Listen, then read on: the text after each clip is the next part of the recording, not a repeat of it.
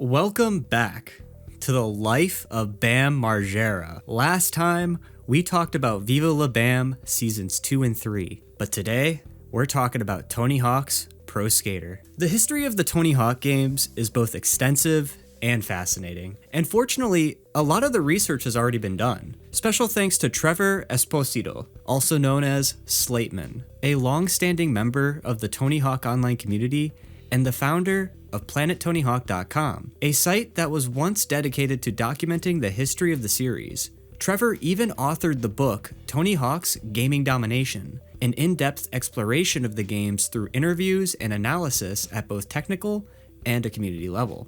This project wouldn't be possible without Slateman's work, and if you want to dive deeper into the series' history, a link to purchase his book will be in the description. For many fans, Bam Margera is a familiar name, one part thanks to his appearances in these games, most notably Pro Skater 3 to Proving Ground, with his wild antics peaking in Tony Hawk's Underground 2. Today we'll be looking into both that and the cultural impact of the entire series.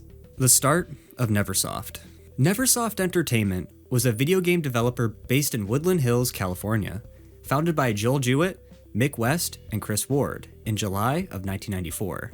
The trio had previously worked at Malibu Interactive, a company focused on sports titles like Madden 95, Joe Montana's NFL Football, and Total Carnage, before Malibu was acquired by Marvel Comics in 1994. Initially, Neversoft collaborated with Playmate Toys, developing a game called Skeleton Warriors, a beat-em-up platformer based on the animated TV series of the same name. Following the release of Skeleton Warriors, the studio spent 6 months working on an untitled game based on the Ghost Rider comics, but financial issues led to its cancellation. Neversoft then shifted to design a mech shooter called Big Guns for Sony Entertainment in late 1996. Despite early growth, Neversoft faced challenges after 2 of their projects for Crystal Dynamics and Sony Entertainment was cancelled. Therefore, the company was entering a tumultuous financial time. Mick West, Neversoft's co-founder and lead programmer for Tony Hawk's Pro Skater, recalled in an interview where he said, "We ran out of money working on a game called Big Guns for Sony. They kept changing what the game was and eventually canceled it. Activision was a half-hour drive away. Turned out that they needed somebody to finish off Apocalypse." Apocalypse was a third-person shooter platformer starring Bruce Willis, with Activision securing a multi-million-dollar deal to use Willis's voice and likeness. Welcome to Apocalypse, a hot new game from Activision that is the first to texture map a real person's face onto a CG model's body. Welcome to paradise, kid. And that face belongs to action movie star Bruce Willis. Time to get jacked up for Armageddon. The game's plot followed Trey Kincaid, a former colleague of the antagonist, the Reverend, a brilliant but malevolent scientist who had created a theocratic regime based on an impending apocalypse. Players fought through levels based on the 4 horsemen of apocalypse: War, Plague, Death, and Beast, to stop the Reverend's catastrophic plan. The game's soundtrack featured licensed music from that of Poe, System of a Down, Cyrus, Gearhor, and one of my personal favorites, a nu metal band called Snot, capturing the high-energy, rebellious spirit of the late 90s with a mix of industrial, electronic, and hard rock. This particularly matched the dark and chaotic atmosphere of the game, reflecting the angst of the title's target demographic. I've missed you too much to be angry. My body becomes warm when I think of your flesh shredded Oh, and baby, devoured not by you my too. viruses. Oh, yeah, I missed you. Give Mommy a kiss before. Despite its star power and high-energy vibe, Apocalypse received middling reviews, with an average score of 7 out of 10. Critics praised the gameplay as fun, but criticized it for lacking any innovation. Bruce Willis's voice acting was only limited to one-liners, and was relatively brief in the dialogue, which ended up detracting from the depth of the story. Originally, the game was supposed to feature a sidekick character, but budget and time constraints forced Neversoft to abandon this idea. Let me show you my new domestic policy. While Apocalypse was far from groundbreaking, its engine laid the foundation for Neversoft's next project, a passion project that would change the entire company. Early inspiration for Pro Skater 1. In 1998, Activision approached Neversoft with the idea of developing a skateboarding game. At the time, there were only a handful of skateboard-themed games, and the genre had yet to hit mainstream success. Neversoft drew inspiration from classics like 720, California Games, and the notorious Skate or Die. 720 was an isometric skate park game released in arcades by Atari in 1986. It allowed players to control a skateboarder performing tricks and building points before a timer ran out. Once the time expired, the game's announcer, who also, fun fact, was the narrator in Gauntlet, would famously shout, "Skate or die." The game was named after the elusive trick, the 720, which a young Tony Hawk had landed in 1985, making the game somewhat prophetic for the series that has yet to come. In 1989, California Games for the NES brought a new kind of skating experience, featuring minigames that captured the essence of California's extreme sports scene, including surfing, hacky sack, and let's not forget, skateboarding. Sponsored by Santa Cruz, which is one of the biggest and oldest skate brands out there, the game, with its simple controls, helped introduce skateboarding to a generation of younger gamers. But the notorious Skate or Die is a very popular one that followed in 1988. Ported to the NES by Konami, Skate or Die stood out in the 2D era of skateboarding games. It tracked high scores, let players choose between regular and goofy stances, and added personality with its humorous dialogue. These elements made it feel like one of the most authentic skateboarding experiences at the time. San Francisco. You'll finish at the Golden Gate Bridge, but the key here is the tunnel. Once you hit it, go all out, because you're almost home. By the late 90s, more skateboarding games began to flood the market, but none would prove as influential as Top Skater, Sega's 1997 arcade release. Created by Kenji Kano, the future mastermind behind Crazy Taxi, Top Skater was a downhill jam-style game, where players controlled a skateboard using a physical deck controller. The objective was to perform tricks for points while racing from point A to point B, featuring fantasy-style tricks far from the realism of later skateboarding titles like Pro Skater or Skate. The game was colorful, it was fast-paced, and it embraced skateboarding with its feature of Pennywise on the title soundtrack. Despite its arcade-like mechanics, Top Skater left a lasting impression on the Neversoft team, who frequently visited a nearby bowling alley to play it. They used it as a key source of inspiration for what would become Tony Hawk's Pro Skater. Around the same time, another Japanese developer, Atler Double, released Street Skater in Japan in 1998, with a US release following in February of 1999. Just 7 months before Pro Skater hit the shelves, Street Skater followed a similar point A to point B structure as Top Skater, but with more consistent obstacles like rails, benches, and halfpipes. The game's punk rock and ska soundtrack, featuring bands like one of my personal favorite, Less Than Jake, gave it an edgy vibe, but its poor reviews left the door wide open for a next-generation skateboarding game to step in and fill the void. Introduction to Tony Hawk. At the time, Tony Hawk was one of the most prolific and popular skateboarders in the industry. You don't expect people to recognize you when you're walking down the street, because I'm just like everyone else, and it's just weird. Having started skating at age 9 and turning pro by 14, Tony had already amassed an impressive career. From 1984 to 1996, he won 73 titles and was consistently named the top vert skater. By 1998, Tony had invented dozens of tricks and launched his own skate clothing line under his Birdhouse brand. Concurrently, Tony was on the lookout for a company to publish a skateboarding video game, initially engaging with Rockstar Games. Rockstar was developing Thrasher Skate and Destroy, a skateboarding sim that focused on the technical aspects of skating, setting the foundation of what would later become EA's Skate series. Thrasher was actually well received by hardcore skate fans for its challenging learning curve and realistic representation of skateboarding. However, it didn't resonate as well with the broader gaming community. The game was criticized for its slow pace and sparse environments. Next Gen magazine gave it a 2 out of 5, citing unresponsive controls, while IGN gave it an 8.5, praising the rewarding challenge for dedicated players. Meanwhile, Activision invited Tony Hawk to Neversoft to discuss what would eventually become Tony Hawk's Pro Skater. During his visit, Tony was shown a demo that used Bruce Willis as a placeholder character skating across rooftops. This was due to Neversoft's reuse of assets from their previous project, Apocalypse. Despite the crude demo, Tony was immediately impressed and agreed to be an active part of the game's development.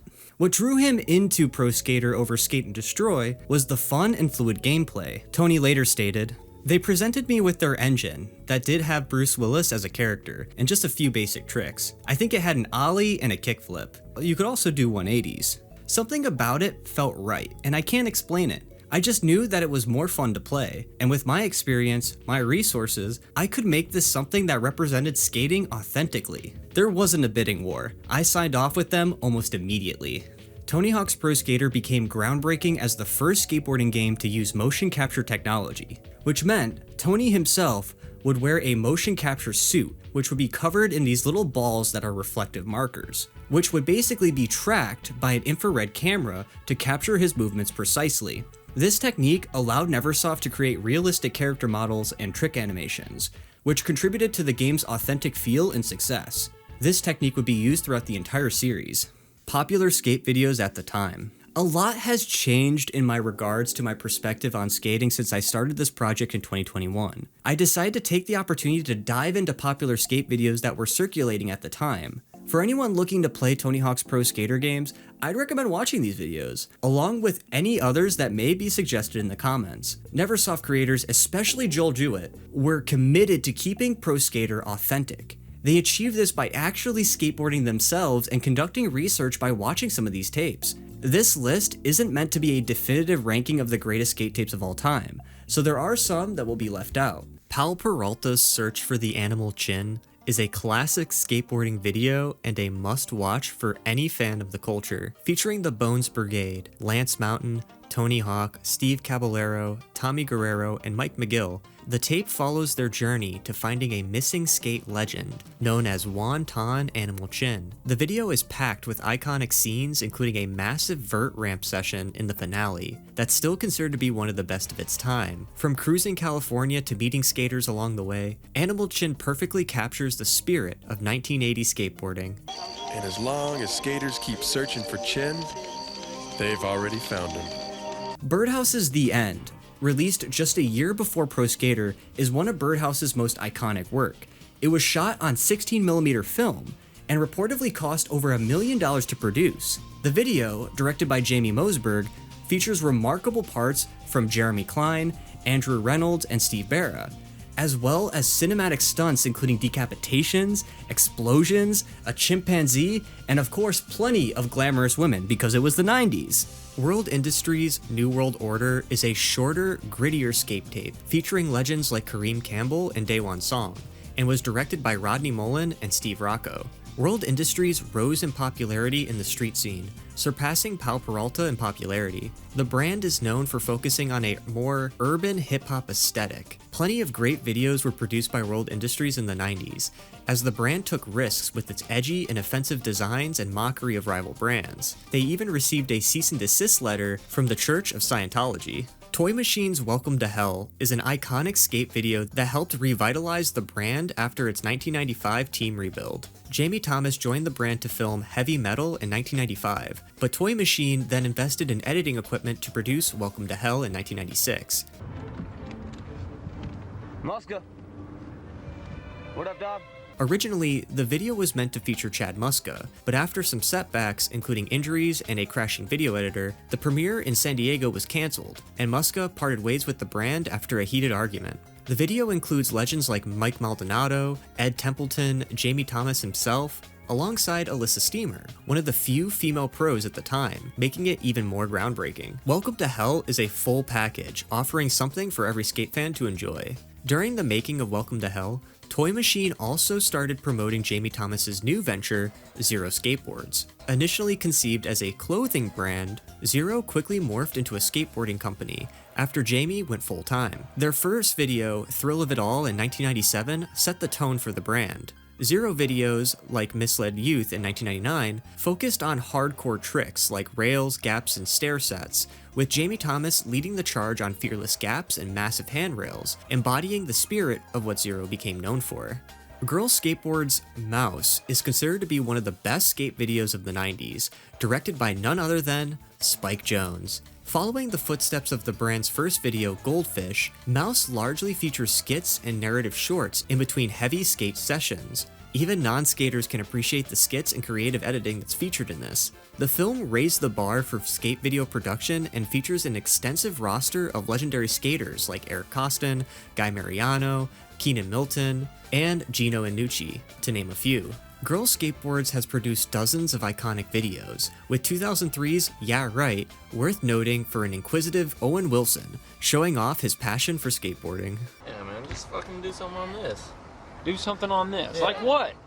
Blindside or something. Come on, Spanky Blitz on the America video. Okay, I'll do it. Okay. Shorties Fulfill the Dream in 1998 introduced a new wave of talent, featuring Sammy Baptista, Jesse Silva, Brandon Turner, and a young Chad Muska, who is quickly becoming a skate superstar after his split with Toy Machine. The video captured the gritty side of urban skating, with a standout stop-motion claymation sequence that ends with a cop getting squashed. At the 1999 Trans World Skating Awards, Fulfill the Dream took home 5 of the 6 Readers' Poll Awards, cementing Shorty's place as a massive player in skate culture. With a solid mix of street skating and pro competitions, this video remains a prime example of what makes an award-winning skate tape. These are just some of the few skate videos that capture the raw, dedicated, and sometimes goofy nature of skateboarding, while also having a lasting cultural impression. Although I'm an outsider looking in, these are just some of the few of many tapes that were circulating throughout the 90s skate scene. I'm sure some of you are already shouting at me for the ones I missed, like particularly Baker 3, even though that's kinda after the Pro Skater series. Watching these tapes helped me understand the vibe Neversoft was going for with Tony Hawk's Pro Skater. Fast-paced, raw, and full of urban street skating energy. This vibe influenced the game's level design, music, sound, and all in all aesthetic. The overall goal was to mimic the vibe of watching these skate videos, which I find is what made Pro Skater so unique. Pro Skater Demo. Throughout 1998 and early 1999, Tony Hawk's Pro Skater underwent several changes due to size constraints and memory issues. Hidden areas in iconic levels like San Francisco, school, and downtown were cut.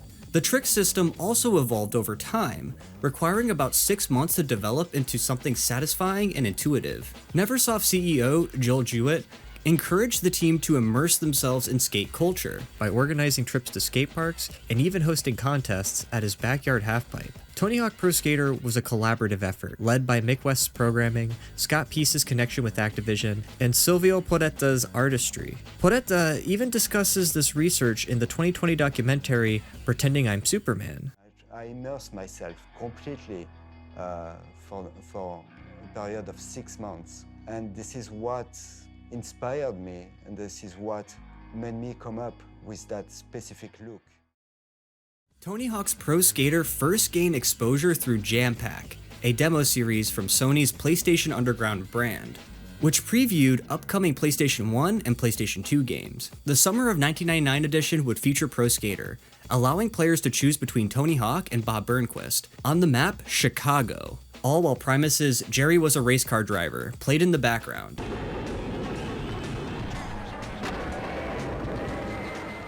A second demo appeared on the promotional disc distributed by Pizza Hut, coinciding with the game's official release on November 14, 1999. Leading up to this release, skateboarding was experiencing a significant resurgence. During the 1980s, pop culture influences like Back to the Future, the Bone Brigade videos from Pal Peralta, and Rodney Mullen's trick innovations pushed skateboarding into the mainstream. However, by 1991, skateboarding's popularity began to wane, with companies like Santa Monica and Visual Streetwear facing financial difficulties. Pal Peralta even split into two, following Stacy Peralta's departure. In an interview with Genkin magazine, Tony Hawk discussed the decline of vert skating and its effect on his career. By 1991, I sensed that skating's popularity was waning, and definitely the interest in vert skating was falling even faster. My checks were getting cut in half pretty much every month starting in 1991. It wasn't dead yet, but I could sense the sky falling, and I wanted to do something new. I didn't want to just be a sad, old, washed-up vert skater struggling to make a living, and that's why I started Birdhouse. I knew it was a risk, and that I wasn't going to make as much money, but I had to do something that I was passionate about. In response, Tony started Birdhouse in 1992 by taking out a second mortgage on his house.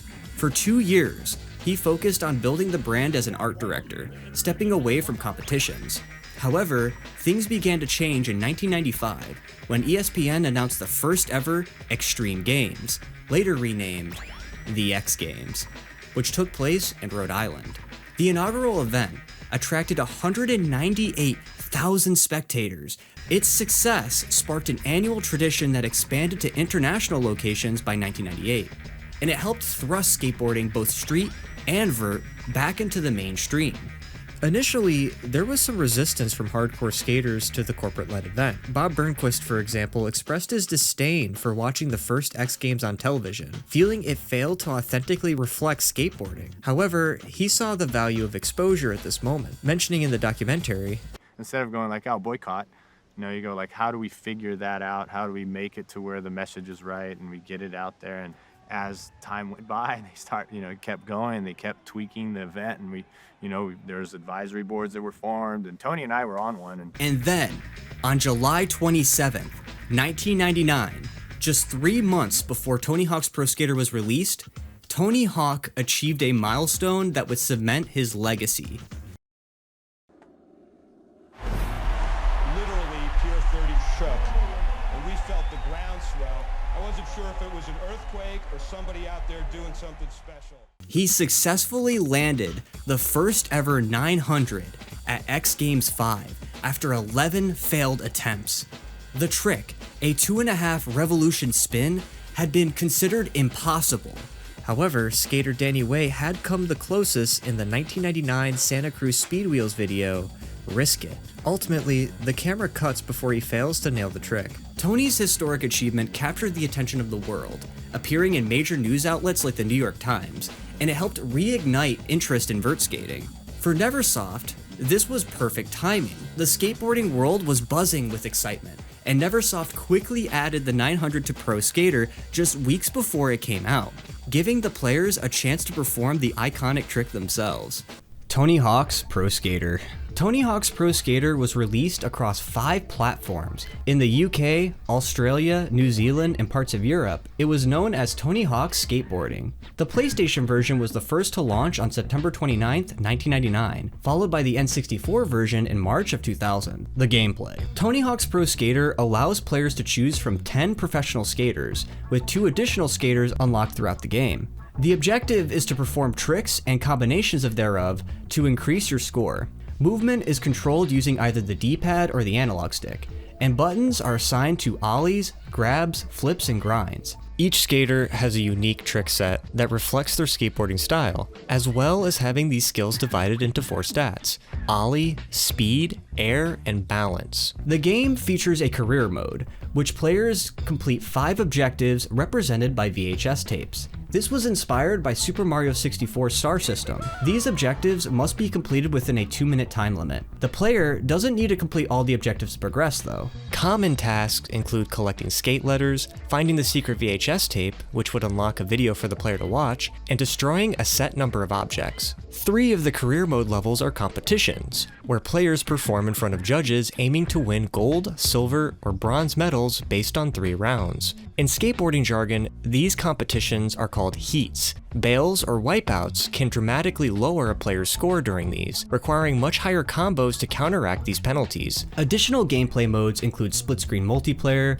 and bonus minigames such as graffiti, trick attack, and horse. In Trick Attack, the player with the most points within the time limit wins. Graffiti splits players into 2 teams, and the goal is to tag the most map assets by skating over them. The team with the most tags win. In Horse, players compete to score the highest along a designated line on the map, and the player who wins earns a letter. Once Horse is spelled out, that player wins. Level design. The level design in Tony Hawk's Pro Skater was led by Mick West, the lead programmer. Neversoft was inspired to recreate specific real-world locations while also brainstorming elements that would make an area more skatable, like ramps, rails, tables, and stairs. Fun was prioritized over realism, allowing players to skate on rooftops, catch massive air, and collide with objects like moving cars. Lines are sequences of tricks or moves that players perform in succession from one point to another. A gap is a skatable goal that is achieved during these lines. Gaps add additional score to the player's combo, and typically is shown with blue text. Gaps will typically have names ranging from basic to complex. Some feature cultural references and others feature subtle humor. This becomes more apparent throughout the series. One of the best known gaps in the game is the holy shit, where players have to grind from one end of the warehouse level to the other. Given the game's mechanics and the lack of an infinite grind balance cheat, this challenge was actually considered quite monumental. Cheats played a big role in Pro Skater's gameplay, enhancing replayability. Neversoft loved cheats and loved to put a variety of them in the game, including infinite special meter, slow motion mode, and big head mode. A few months after the game's release, Neversoft introduced even more cheats, featuring that of Private Carrera, a character that was most likely inspired by an adult film actress with a similar name, Asia Carrera. Neversoft and Tony Hawk have denied this claim. In addition, the character artist for Neversoft at the time, Noel Hines, actually named the character after the Porsche Carrera sports car. However, the deck designs for Private Carrera and the wording in her bio speaks another story.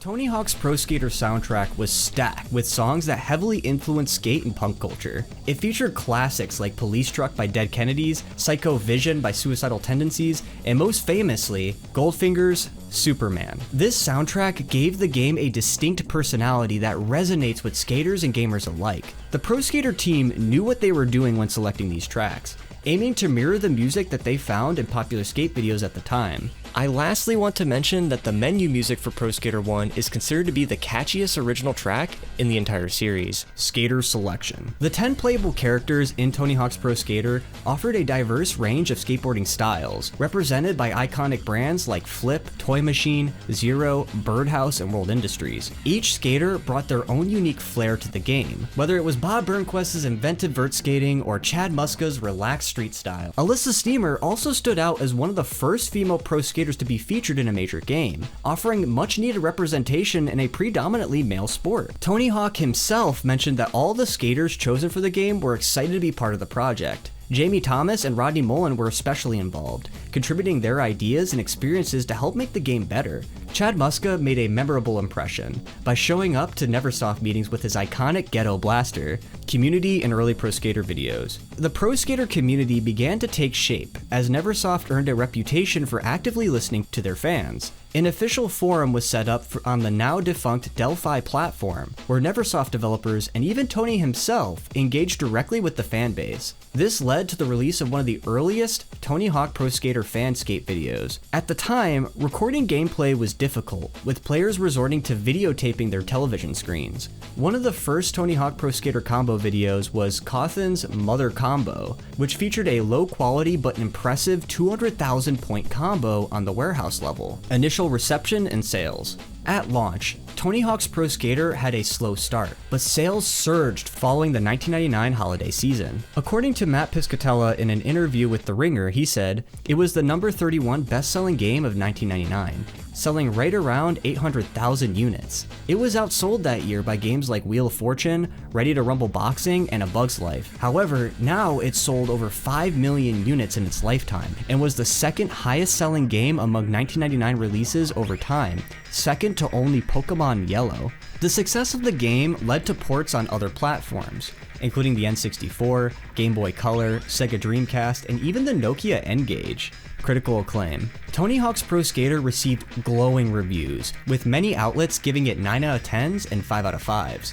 The Dreamcast version received the highest praise, with IGN awarding it a 9.8 out of 10, calling it imaginative, deep, and very addictive. The N64 version also stood out as one of the best titles on the console. My overall experience with Pro Skater 1 was positive. The game still holds up remarkably well for an old PlayStation 1 title. What I truly loved about the game was how engaging it was from the beginning. The effort and thought was well put into Pro Skater 1. The gameplay clearly reflects this. It was cool that the different characters had their own unique moves and stats. With that being said, Pro Skater 1 felt more like a prototype than a full-on game. Being limited to grabs and flips made achieving combos trickier, pun intended. From my experience, the controls felt stiffer than I remember, leading to me having more wipeouts. And a single wipeout can ruin an entire run. Additionally, the game doesn't feel as optimized as it could be, with frame rate slowdowns on levels like downtown. Nevertheless, Tony Hawk's Pro Skater kept me hitting that retry button over and over. It's addicting despite those setbacks. The first Pro Skater game established the series so well, representing and reflecting skateboarding culture through and through, with its urban, grunge aesthetic, catchy music, and a time-based formula that gives the game an arcade-like, remarkable feel. Enough of that. With Activision's support, Neversoft immediately began working on Tony Hawk's Pro Skater 2, focusing on implementing mechanics that didn't make it into the final cut of the first game. As the series grew in popularity, Neversoft expanded its staff and was officially acquired by Activision. Their goal was very clear. It was to make each installment bigger and better than the last. And that's what they did with Pro Skater 2. The first public glimpse of Pro Skater 2 came at E3 2000, where a demo showcased mostly completed levels like School 2, New York City, and France. The media and fans eagerly anticipated another Tony Hawk game following the success of the original. The game even made it onto the summer 2000 jam-packed demo disc, though it faced initial resistance due to Sony's release of Grind Session, a Tony Hawk clone that received lukewarm reviews. Grind Session used the same game engine that was later repurposed for Razor Freestyle Scooter. Tony Hawk's Pro Skater 2 officially launched on September 19th, 2000. However, the N64 version of the game was delayed to give the original game more time to sell, ultimately pushing its release to late 2001. In October 2001, Treyarch had been acquired by Activision, and they developed Tony Hawk's Pro Skater 2X, an enhanced edition of the game featuring additional levels, an exclusive career mode, and improved graphics.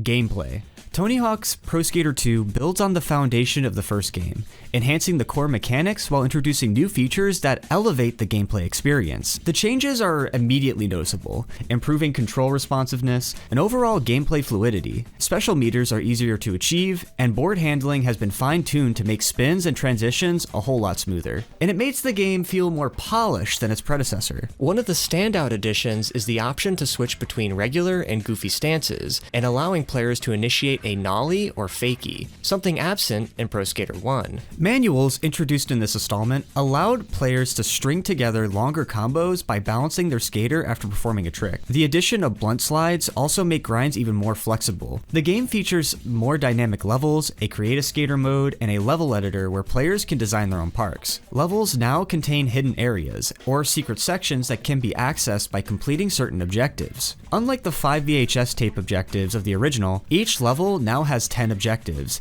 and players are rewarded with cash for completing them. This in-game currency can be used to unlock new specials, stat points, and decks, providing greater customization and a sense of progression as the game's difficulty increases. The inclusion of more codes and cheats also becomes iconic in this one, with memorable cheats including the jetpack mode and the moon physics mode. Pro Skater 2 retained most of its original skater lineup, while adding legendary skaters like Steve Caballero and Rodney Mullen officially. As a special treat, players who 100% the game with the Create a Skater could unlock Spider-Man as a playable character. Another little fun fact is that the South Korean version even featured the girl pop group band called Fin KL. The level editor was a standout feature in this, offering over 100 assets for players to construct their own dream skate park. While groundbreaking, I find the editor a little bit cumbersome at first. However, the ability to customize not only tricks but entire levels just adds a whole new dimension to the game's replayability, and it's so fresh that it's pretty cool.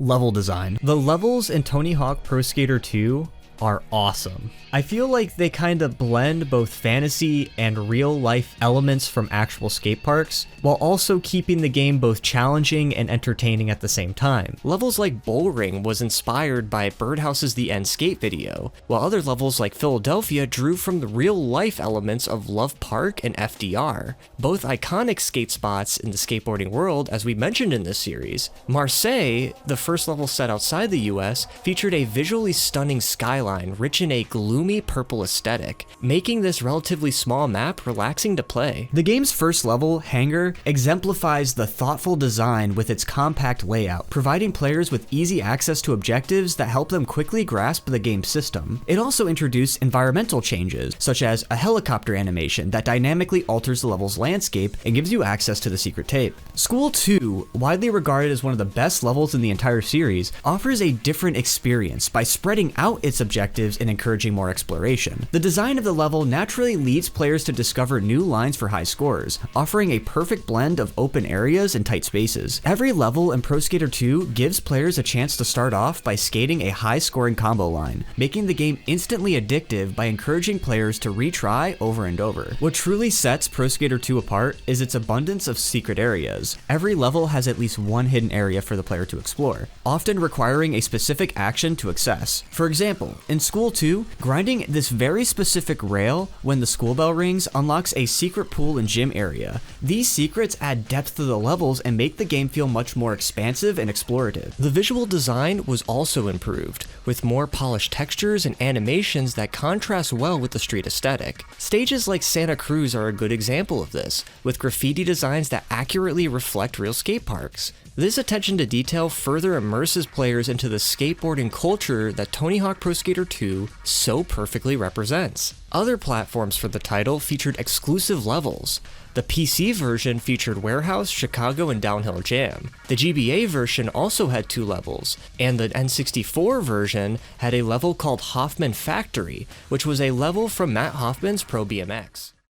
Soundtrack. Pro Skater 2's soundtrack nearly doubled in size in comparison to the first game, offering 15 diverse tracks to complement its fast-paced gameplay. The mix of metal, hip-hop, and punk rock created an unforgettable OST, and each song brought its unique flavor to the table. One of the standout tracks was Bad Religion's You, the oldest song on the OST, hailing from their 1989 record, No Control. Lagwagon's May 16th from their album Let's Talk About Feelings exemplified the evolution of skatepunk, showcasing a shift towards more melodic, fast-tempoed sounds with thrashing guitars. Similar to this is Swinging Utter's 5 Lessons Learned and Consume's Heavy Metal Winner. It kind of embodied that sort of high-energy style that skatepunk became known for. One of my personal favorites is Millencolins' No Cigar, featured on their album Penny Bridge Pioneers, which went platinum in Australia in 2001. While not strictly skate punk, Fu Manchu's Evil Eye offered a psychedelic stoner vibe with its melodic riffy distortion, and also, its album is pretty skate punk, dude. The hip-hop tracks in this game were electrifying. High and Mighty's B-Boy Document 99 brought an energizing groove, while Dub Pistol's Cyclone introduced a refreshing mix of hip-hop with a little bit of ska with that trumpet. Styles of Beyond's subculture stands out as an underground gem that underscores why I love the genre of hip-hop. It's easy to see how their work influenced Mike Shinoda's Fort Minor project. Black Planet created the song Out With the Old, and it has a kick-ass snare drum and a head-bopping chorus, while Naughty by Nature's Pin the Tail on the Donkey might be my favorite hip-hop track on the OST. And then there's the legendary Bring the Noise by Public Enemy and Anthrax, a genre-blending masterpiece of both metal and hip-hop that also made its way onto the SmackDown vs. Raw OST. What was also featured on the SmackDown vs. Raw OST was Power Man 5000's When Worlds Collide, which added a touch of industrial alternative with Spider-One's campy yet thought-provoking take on social classes. I found it interesting that Papa Roach's Blood Brothers from their album Infest was here. Papa Roach's upfront trauma dumping really made me wish that Last Resort was in this. Finally, a true classic and probably the gold crown of this OST is Guerrilla Radio by Rage Against the Machine. With their incendiary energy and powerful lyrics, this track perfectly encapsulates the spirit of rebellion that defined Pro Skater 2. To this day, Pro Skater 2's soundtrack remains one of the best in the series. It perfectly reflected the raw energy that professional skateboarding was known for. This compact 13-track OST, in my opinion, is perfect. Reputation. Tony Hawk's Pro Skater 2 was met with universal critical acclaim and is widely regarded as one of the best video games of all time, earning a Metacritic score of 98 out of 100, making it one of the second highest rated games of all time, just behind Legend of Zelda: Ocarina of Time and tying with a couple other games. The N64 version, despite some hardware limitations and the omission of certain songs, was praised as one of the best titles on the console. Critics across the board, including one of my favorites, Electric Playground, praised Pro Skater 2 for its innovative gameplay and flawless execution. I think this is the best PlayStation video game ever made. There's nothing better than Well, I gotta disagree with that. Yeah, how about Metal Gear Solid and Tekken 3, you dolt? I like this better than those. Pro Skater 2 had sold an impressive 5.3 million units across all platforms, proving its commercial success. And by the time of its release, fans were already anticipating the next installment in the series, with Pro Skater 3 just around the corner in 2001. While there's very little negative criticism to be said about Pro Skater 2, one of the minor drawbacks is the slow start in terms of cash and special tricks. Special tricks are just a little bit too expensive for me to start out, so I can't really pick any tricks that I want to begin with. This kind of makes the first few hours of the gameplay feel a bit grindy, as players need to build up their skater stats before tackling these harder objectives. However, the gradual increase in difficulty is just perfectly balanced, allowing players to improve their skills without feeling overwhelmed. In my opinion, Pro Skater 2 might be my second favorite in the series. The controls are so precise, the level designs masterfully blend fantasy and realism, and the objective structure encourages constant restarts to perfect each individual run. The game's just one more try loop is so captivating that I found myself thinking about playing this game even while I'm at my day job. It's just that good. I was so surprised actually how much fun I had with Pro Skater 2. Tony Hawk's Pro Skater 3.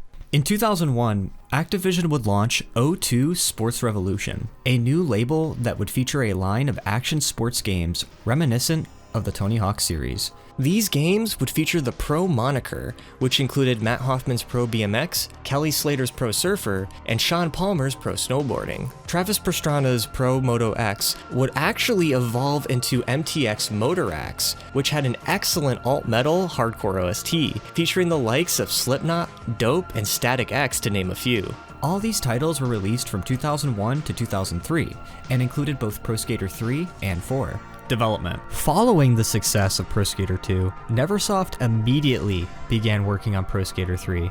With the release of the next generation consoles, the team faced the challenge of designing the game for a more powerful system, which required rebuilding the game completely from the ground up. To meet these demands, Neversoft expanded its staff, doubling the team size by merging both the Tony Hawk Pro Skater and Spider-Man development teams. This increase in manpower allowed them to fully leverage the capabilities of the PlayStation 2, the Xbox, and the GameCube, as well as also making it for 6 other platforms created by various developers including Shaba, Vicarious Visions, and even Gearbox Software. These titles would have at least some form of exclusivity. For example, the PlayStation 1 version featured an exclusive level called Downhill, and the PC version had Doom Guy as a playable character. Neversoft's passion for skateboarding continued to shine during the game's development. They even hosted a kickflip competition among the staff, where they bet $200 for a chance to win $1,200 if they successfully did a kickflip. However, just before its release on October 30th, 2001, Neversoft encountered an unexpected coincidence. So in the aftermath of the September 11th attacks, one of the levels in the game called Airport originally included an objective to not stop pickpocketers, but terrorists. Realizing this, Neversoft immediately had to take action and completely change that within a few weeks before the release time. It was simply just a close call that led to no consequences. Neversoft continued to implement their charm and humor in Tony Hawk Pro Skater 3. The PlayStation 2 version was packed with bonus cinematics that included Neversoft's own skate videos. In addition to a skate video of the Neversoft staff, they also showed their roots and a compilation of their own bales. I thought this was really cool. Tony Hawk doing on the freeway? Frontside nose grind. Pro Skater 3 introduced several key mechanical tweaks and improvements that built upon the foundation of its predecessors. In terms of progression, Pro Skater 3 featured 9 goals per level. One major addition was the introduction of stat points and hidden decks for players to collect. A standout gameplay enhancement was the Revert, a new trick that allowed players to seamlessly link vert combos with a manual. This addition significantly boosted combo potential, enabling more elaborate and high-scoring runs. Another new feature was double tapping tricks, such as performing a double kickflip. Additionally, the game introduced a balance bar for both the lip and grind tricks, which made combos a lot easier to manage. The combination of these elements fundamentally changed the gameplay altogether, requiring even veteran players to adjust to these new mechanics. With these tweaks, the scoring in Tony Hawk's Pro Skater 3 reached a new level of insanity, with combo scores often climbing into the millions. Unlike previous games, the special meter now would fill up during the combo rather than after, allowing for even greater combo potential during just one single run. Pro Skater 3 also had tech. It introduced a few advanced techniques that players could exploit to maximize points. One such exploit was called shuffling, which involved quickly switching between two paired rails during a grind. By ollieing towards an adjacent rail and hitting the grind button in a rapid succession, players could multiply their combo score much faster than through traditional means. This technique was especially effective in maps like Airport, where players would use the escalator rails for massive combos. The game added several quirky cheats, such as a first-person mode, a realistic physics mod, and a perfect balance cheat. The roster of professional skaters expanded to include 13 pros, with Bam Margera making his debut in the series, wearing his signature him t-shirt. Bam's inclusion was significant, as he replaced Bob Burnquist, who was absent due to a miscommunication between his agent and Activision. However, Bob would return in future Tony Hawk Pro Skater games. In lieu of this, Bob Burnquist was featured in ESPN's X Games skateboarding title. Released back in 2001, the game received mediocre reviews for its overly vanilla gameplay and lackluster design. However, I want to mention the soundtrack for this game was remarkable, with the inclusion of Voodoo Glow Skulls, Sum 41, and Linkin Park. Bonus unlockable skaters also made a return, with characters like Wolverine, Dark Maul, and the iconic Neversoft mascot joining the roster. Oh yeah. Oh yeah. That's right, I'm shaking it. Who wants to watch it? Shake it. Don't break it. The level design. The level design in Pro Skater 3 marked a noticeable shift towards more dynamic environments, with the inclusion of pedestrians, vehicles, and other elements to add a sense of liveliness. The increased poly count on the PlayStation 2 also resulted in more detailed textures, contributing to a polished overall look. Objectives in each level also doubled as puzzles, such as the Axeman challenge in Suburbia, while interactive elements added depth to the gameplay. For example, in LA's level, grinding on 4 tremor rails triggers an earthquake that alters the landscape, creating new paths and opportunities for tricks. The levels were more compact than in previous games. Fans quickly gravitated towards iconic levels like Airport, Canada, and LA, which became beloved by the community for years to come. These environments were designed with replayability in mind, which encouraged players to explore and experiment with different trick lines available. The soundtrack. I'm not going to go into as much detail as I did with Pro Skater 2, since Pro Skater 3 had 20 tracks. Building upon the legacy of its predecessor with a larger budget and a more diverse selection of iconic bands, this time around, we see a lot more legendary acts, with the Ramones' Blitzkrieg Bop, Motorhead's Ace of Spades, and Chili Peppers' 1987 hit Fight Like a Brave, which helped add a classic rock inclusion to this mix. The punk rock representation was equally strong, with Roland's Band, AFI, Body Jar, and Alien Ant Farm offered a nice range of punk styles. What's also on this is the Adolescence Amoeba, being one of my favorite in the OST. Zebrahead's featured track in this was Check, and it was featured off of their debut record, Yellow, which was actually before they kind of drifted towards the direction of rap rock. They were a little bit more swingy. On the hip-hop side, the OST presented a good mix of styles and moods, with Redman's Let's Get Dirty being a standout track, due to its later feature in Def Jam Fight for New York. Exhibit's Paparazzi was also an interesting inclusion because it added a somber yet reflective tone, contrasting with songs like, Del the Funky Homo Sapiens' playful If You Must, a track about good hygiene. Another good track was The Next Man Amongst the Madness, which added an old school groove with its fun use of turntables. While for time's sake, I can't go into as much detail as I did with Pro Skater 2. That doesn't take away the greatness of Pro Skater 3's soundtrack, but I do want to mention one particular track that's very important to the relevance of the series. CKY's 96 Quite Bitter Beings, an iconic track, as you know, became an instant hit for fans of the series, giving people an exposure to CKY and Bam Margera. Online community. Pro Skater 3 was groundbreaking in the realm of online play. It was one of the first titles to support online multiplayer even before Sony released its official network adapter. Players had to configure a USB Ethernet setup to skate against others online, marking the start of the thriving Tony Hawk online community. New multiplayer game modes like King of the Hill and Slap add a little bit of spice to the online experience. The new mechanics also led to an increase in glitches, with the BGO online community emerging to share and recreate bugs in this game. So with this newly online experience came hardcore players and even clans to emerge to dominate the online community of Tony Hawk's Pro Skater, with one of the biggest being TXO, under the moniker at the time of T3O, which was a team of 6 members considered to be one of the best players in the game, getting together and making a premium clan. Tony Hawk Pro Skater videos were starting to make their rounds with notable entries like Draco's 53 million on Burnside.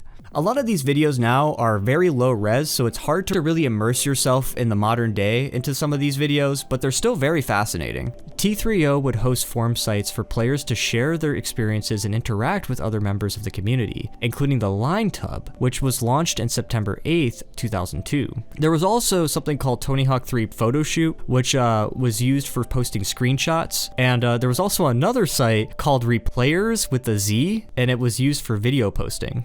Reputation. By July of 2006, Pro Skater 3 had sold over 2.1 million copies in the United States, earning $77 million in revenue. It ranked as the 14th best-selling game released on the PlayStation 2, Xbox, and GameCube between 2000 and 2006. The PlayStation 2 version received the highest praise, earning a 10 out of 10 from GameSpot and a 9.7 out of 10 from IGN. The game won several awards, including the prestigious Best Sports Game of 2001 at the E3 Game Critic Awards. Despite its success, some hardcore fans of the series, including Slateman, criticized Pro Skater 3 for its level design. While the ability to chain endless combos were exciting, it also made the game less challenging for players who enjoyed the line-finding puzzle aspect of Pro Skater 2. The game's increased focus on technical mechanics, while generally praised, sometimes overshadowed the thrill of mastering individual tricks and lines. Scores at this point became irrelevant, and that was just because of how easy it was to achieve these combos. Graphically, Pro Skater 3 was a standout, being so polished and smooth visually,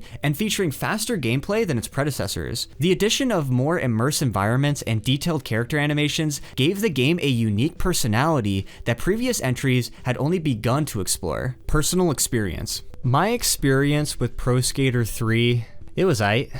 While I enjoyed the game, I think Pro Skater 2 kind of hooked me in a bit too much with its kind of intuitive flow and simplicity. At times, to me, Pro Skater 3 just feels a bit overwhelming. The introduction of double flips and hidden combos often just makes me spam moves, which kind of disrupts my gameplay a lot. That being said, I appreciate the puzzle-like goals and how objectives could rotate depending on your run. However, when I first started playing the game, I found myself needing to do more research to understanding what I needed to actually do, and that sort of initial confusion also kind of took away some of the fun for me. Now that I actually know where everything is, thanks to good old Andy Tony Hawk Pro Skater, this is no longer an issue. On the positive side of the game, I love the level designs, I love all the content they put into this game. The game still had a sense of fluidity and speed that kept me feeling very engaged, and I also enjoyed the dynamic ambient sounds that were in the background to this. It really added a nice touch that helped make me feel more immersed into the game. Overall, Tony Hawk Pro Skater 3 was a fun experience regardless, but it didn't quite capture the magic of its predecessor for me. Do you think that Pro Skater 2 was better than Pro Skater 3? Whatever your answer is,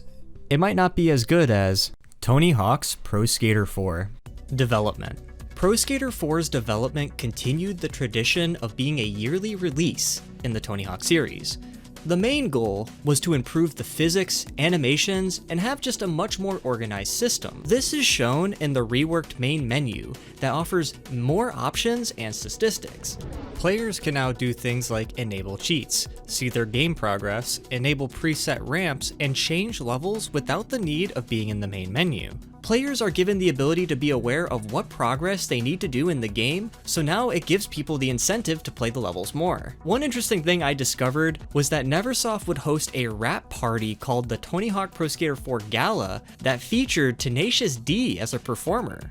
It was a golden age for Neversoft, and they were embracing it. Neversoft hired members of the online community to personally influence the game, and that's where AndyTHPS comes in, a micro-celebrity of the Tony Hawk Pro Skater fanbase. Andy started playing the series back during the release of the demo for Pro Skater 1. When Pro Skater 3 came out, Andy was hooked and spent most of his time mastering the game's online mode. He was eventually contacted by Jared Prindle, Tony Hawk's personal assistant, to send him a combo video. Andy's combo videos were so good, he even got compensated for his video to air on the Jumbotron during Tony Hawk's Boom Boom Huck Jam tour. Tony Hawk's Boom Boom Huck Jam is coming to McDonald's. You can get one of 8 insanely extreme high-flying toys at every Happy Meal. Oh, sick. Andy's talent even led him to be hired at Neversoft for quality assurance. A short-term stay turned into a long-term, as Andy would be assigned the goal to find potential glitches, crashes, and exploits. He would be part of the development team throughout the lifespan of the entire Tony Hawk series, and even contributed to the Guitar Hero series. The humorous dialogue was a key feature in the production of the game, adding more dialogue than ever, which can vary by the character you select. Wanker! Wanker! Wanker! Gameplay. Pro Skater 4 has excellent gameplay. The biggest change in Pro Skater 4 is the complete elimination of the 2-minute time limit. The player now has the free will to accept objectives and collect cash at their own leisure. Cash could be spent on new boards, new skaters, bonus videos, and 2 additional levels, Carnival and Chicago, for Matt Hoffman's Pro BMX. Stat points would be rewarded as you complete challenges. Challenges in Pro Skater 4 vary beyond just collecting scores and going from point A to point B. The combo objective, for example, makes its debut here, where players have to collect letters in a single combo. Skitching was also added, which involved holding onto the back of a vehicle for speed. There was also various mini-games like tennis and racing being added as well. You foolish skater person, I laugh at you, ha ha ha ha ha! Another newly added mechanic was the spine transfer, which helped the player transition from one side of the quarter pipe to the other. Grind and lip extensions were also added that gave the player the ability to do various tricks during these actions to add to their overall combo. Challenges are presented with an element of story to them, giving the objective much more of a purpose. Alright, this idea is really stupid, but I don't care. I set up this haggard ramp and inflated a target out in the water. See how many points you could rack up. Pro Skater 4 was the only one in the series that didn't require players to buy tricks. Instead, the player is given the ability to allocate whatever moveset to use from the beginning. Big yellow fins are everywhere! Difficulty contrasted with this change, however. Goals in Pro Skater 4 were much more difficult 100%, with racing objectives having stiff movement controls, tight grind objectives with very little margin of error time, and move requirements that are just straight up confusing. Most notably being the Misty Flip over the Big Hut Gap on the map Kona, considered to be one of the hardest objectives to achieve in the game. I somehow did it, I don't know how I was able to, I just kind of pushed forward and then did the move, I got lucky. Difficulty in Pro Skater 4 scales by the level in which you are playing, snowballing in challenge as you progress. There's a lot of self-masochism that is needed to 100% Pro Skater 4. The character selection. Character selection features a lot of the pros from Pro Skater 3 making their return. Bob Burnquist made his return in this edition, also with the new addition being Mike Vowley being new to the roster. What, you think you can hang with me?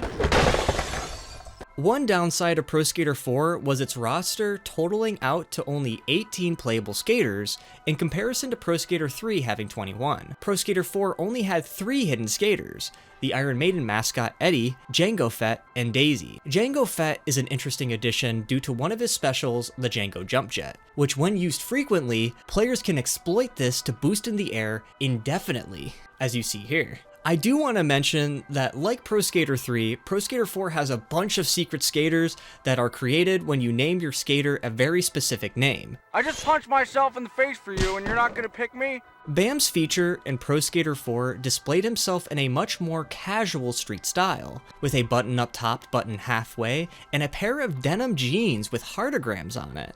Bam's featured special tricks included one-wheel fireworks show, the Jackass, Flip Kick Dad, and the Russian Boneless. Every pro skater has done voiceovers for certain objectives in the game. Bam is no exception in levels like Zoo. Hope you're not afraid of heights, you little wuss. See if you can grind across all 4 of them Zoo banners. A new addition in Pro Skater 4 is the feature of Pro Challenges. Upon reaching 90 pro points in the game, the player is given access to that pro's pro challenge. A lot of these challenges will reflect a part of that skater's career or their personality. For example, Bam's feature was on the map Alcatraz, where the player has to go downhill in a shopping cart reminiscent of shopping cart slams from the CKY series. Bam's secret tape features his notorious Ferrari Medina, with scenes from Haggard and the song Shimmy by System of a Down playing in the background. My dad was just like, isn't it weird that like you had 15 of his skateboards when you were younger, now he's like flying here and chilling with us? It's just been such a gradual thing, you know, like all the cool stuff that's happened, I haven't really sat down and thought about how, you know, sick it is. Level design. The levels in Pro Skater 4 were much bigger in size than in the previous games. Levels were designed for having lines everywhere that made combos much easier and grind-based. Levels like College were admired for its combination of grindable objects, skatable buildings, and interactable vehicles with a fair share of glitches. Neversoft's humor was much more silly and absurd than in further titles. Move along. Nothing to see here. What's with the monkey? Adding elements like hippos, sea lions, dog chases, and even more insane signature moves that added an element of cartooniness. Levels in Pro Skater 4 offer their fair share of secret areas and Easter eggs, one of the most notable being the goat Easter egg located behind a stand on Carnival. This Easter egg would exist in future releases in the series. Pro Skater 4 offered a diverse range of levels that blend traditional and whimsical designs. Urban-inspired stages like San Francisco and London showcase intricate cityscapes, complete with towering buildings, moving cars, and rooftops to skate across. On the other hand, levels like Oil Rig and Alcatraz are designed with a more vertical, multi-layered structure, featuring ramps, elevators, and shortcuts that let you skate your way up and explore different elevations. Meanwhile, more playful locations such as Carnival and Zoo embrace that cartoony vibe that Neversoft was embracing, allowing players to skate through unconventional obstacles like roller coasters and animal habitats. Kona was a fan favorite in the game, being designed after an actual skate park in Jacksonville, Florida. It was considered to be one of the first skate parks in the United States, and for some reason, in the PlayStation 1 port, it took place at night. The soundtrack. I'm gonna keep this portion brief. Pro Skater 4 has upgraded to feature 37 different tracks from a variety of artists, both old and new, and I can't showcase all of them in this video. But there are legends like AC/DC, Iron Maiden, Sex Pistols, Less Than Jake, and Offspring making an appearance on the soundtrack, with previous artists like Goldfinger, System of a Down, and Public Enemy making a return. Hip-hop representation in the OST was notable, with Run DMC's My Adidas, Gangstar's Mass Appeal, A$AP Rock's Labor, and NWA's hit track Express Yourself being featured on the OST.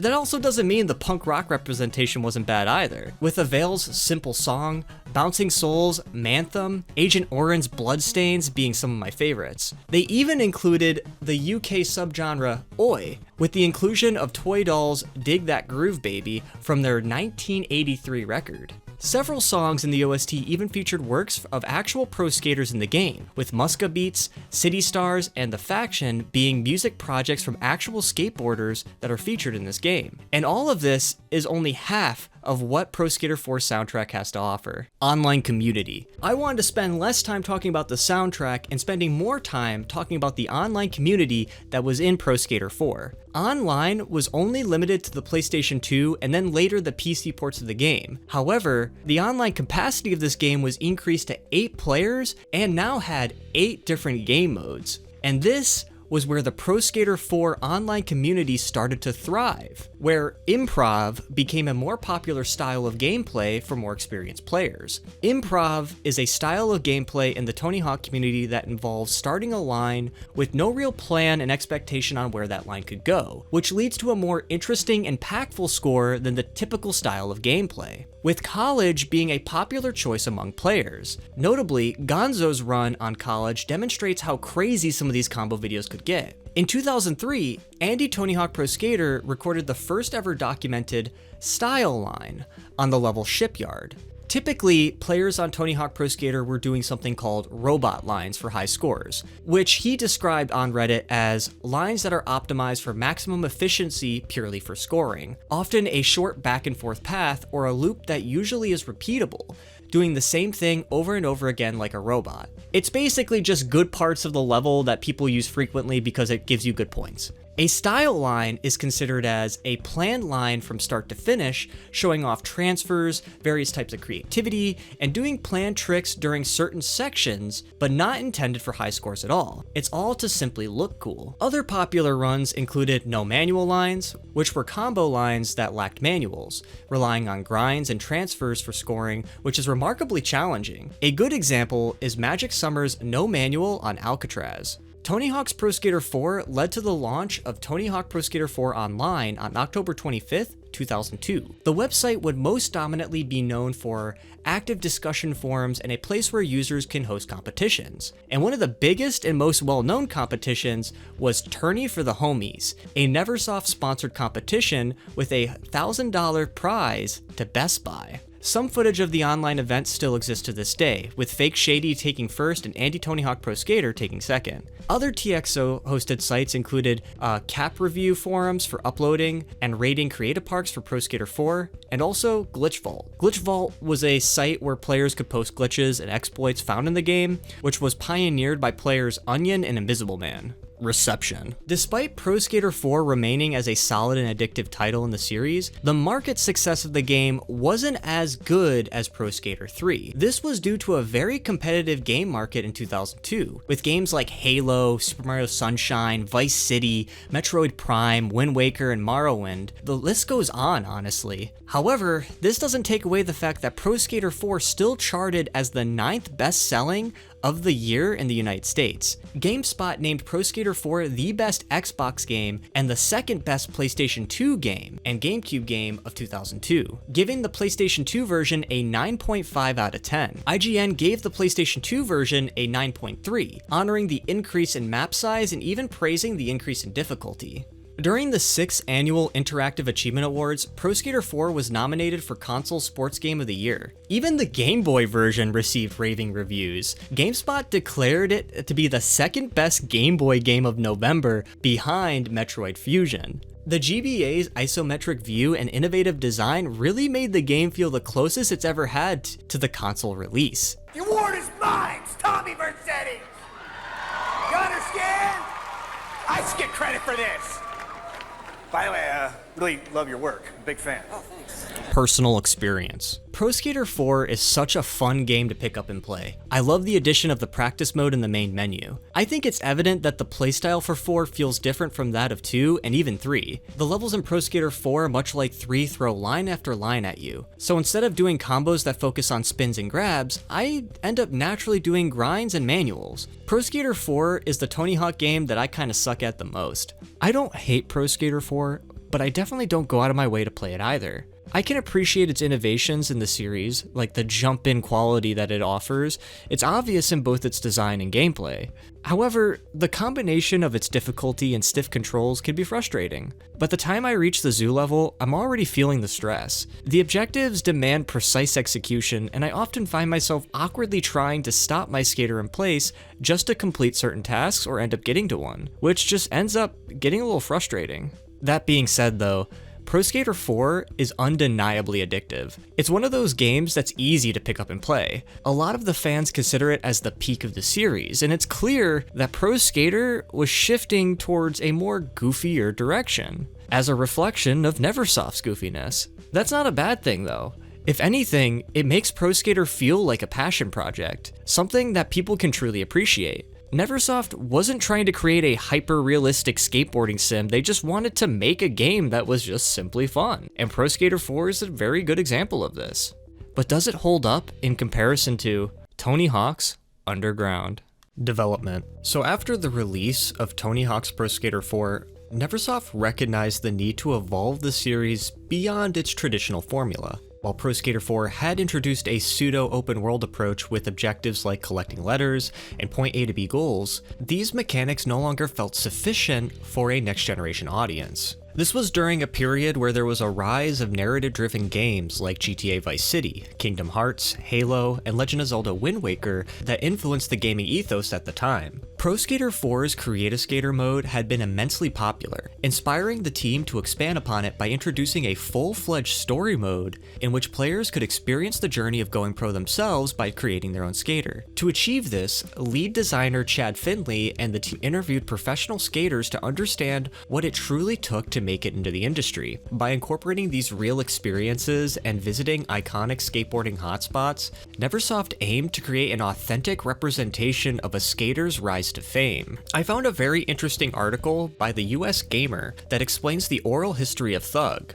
Chad Finley, the lead designer at Neversoft, he stated this: "My goal was to make a great adventure game, Tony Hawk style. But after talking to these skaters, my visions changed. I wanted players to feel what it's like to go pro. The hardships, the betrayals, the victories. These guys are warriors, and I wanted people to experience that." The professional skaters played an even much larger role in Thug's development than in any other previous title, which says a lot.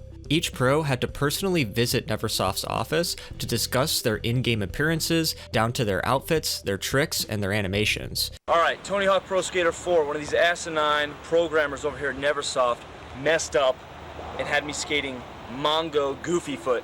What the hell is that? Apparently this is his car. I'm out here in the parking lot of Neversoft and I'm gonna get a little frontier justice. Some, like Jamie Thomas, provided insight into skateboarding fundamentals, while Rodney Mullen would just straight up go outside into the parking lot and display his tricks out for the Neversoft staff to see. Scott Peace in that interview stated that was basically part of their contract. They had to come in, sit down with us, and tell us what they wanted to look like and what they wanted their outfit to be. It was bonus points if they just came dressed up, because then there would be no interpretation and we couldn't screw it up. Of course, this is a Bam Margera series, and Bam Margera was mentioned in this article, so I had to throw it in. UI artist Dana McKenzie, he stated, "I remember one day Bam just looking over Nolan's shoulder. He was working on Bam's character, and there's Bam sitting there eating a frickin', I don't know, creamsicle or something, and he's just staring. He was like, thank you, thank you, thank you, this is so cool, this is so cool." He was thanking us while we were all thanking him for coming to the office. Jim Jagger, an animator at Neversoft, added, "For Bam's special move, he just wanted to do crazy stunts and smash things. I just remember some of the reference footage of him doing flips inside the office, and I remember videoing him standing on the floor and doing the jump and spin and land on his back. And he's like, I want to do that on a skateboard. Can you do that on a board?" Dana McKenzie, the UI artist, actually told a story in this article where he was out taking reference photos in the valley and suddenly got detained by a police officer who was suspecting suspicious activity. However, it turned out that one of the officers was actually a fan of Pro Skater 4, so he got let go. Neversoft would also invite user Benson of TXO to attend E3 2003, where he would meet with Neversoft and discuss the game with the team. This would follow the release of a site called Thuggish Thoughts, which was a suggestion site that assists in giving the community a stronger voice to influence the development of the game, which is what made Neversoft connect with their audience strongly. The behind-the-scenes footage showing the devs at Neversoft made it clear they are just as passionate of skateboarding culture more than ever. There was a general understanding of a lot of the nuances and jargon that came with this culture thanks to the help of the professional skaters that took part in the development process, which, as I mentioned, was the sole reason the game was such a success in an unsuccessful market. I want to mention that for a promotional ad, it displayed the text, "You are a punk," with Liam Lynch's legendary track, United States of Whatever, a classic parody comedy track that Liam himself said was recorded in a single take. Gameplay.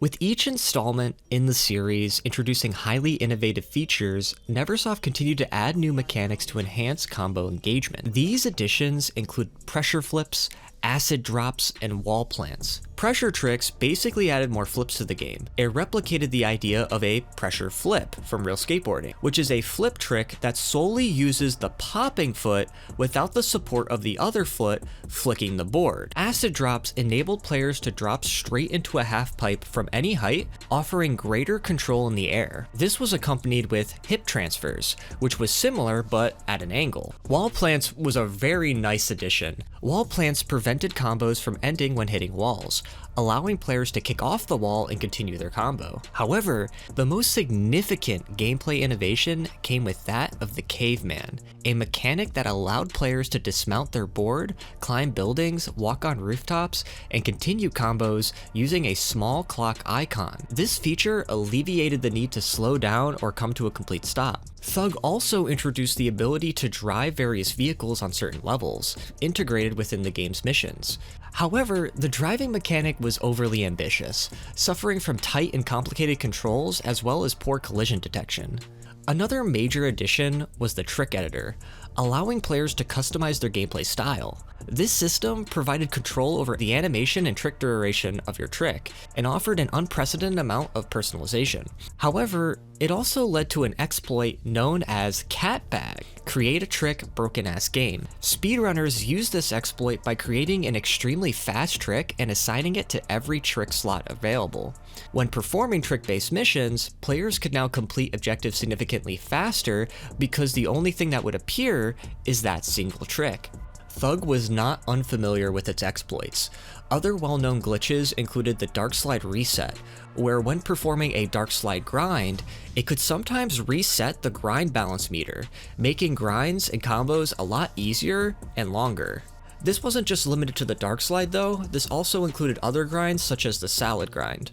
Another infamous exploit was the Butt Slap, where players could get unrealistic air boosts by spamming the flip and grab button while simultaneously holding and releasing X. This technique could double or even quadruple a player's height. Air control is a technique that gives the player more movement potential when the player ditches their board following a grind in midair. Once mastered, the technique makes combos a lot more fun and flexible. A lot of the exploits found in Thug polarized Pro Skater fans.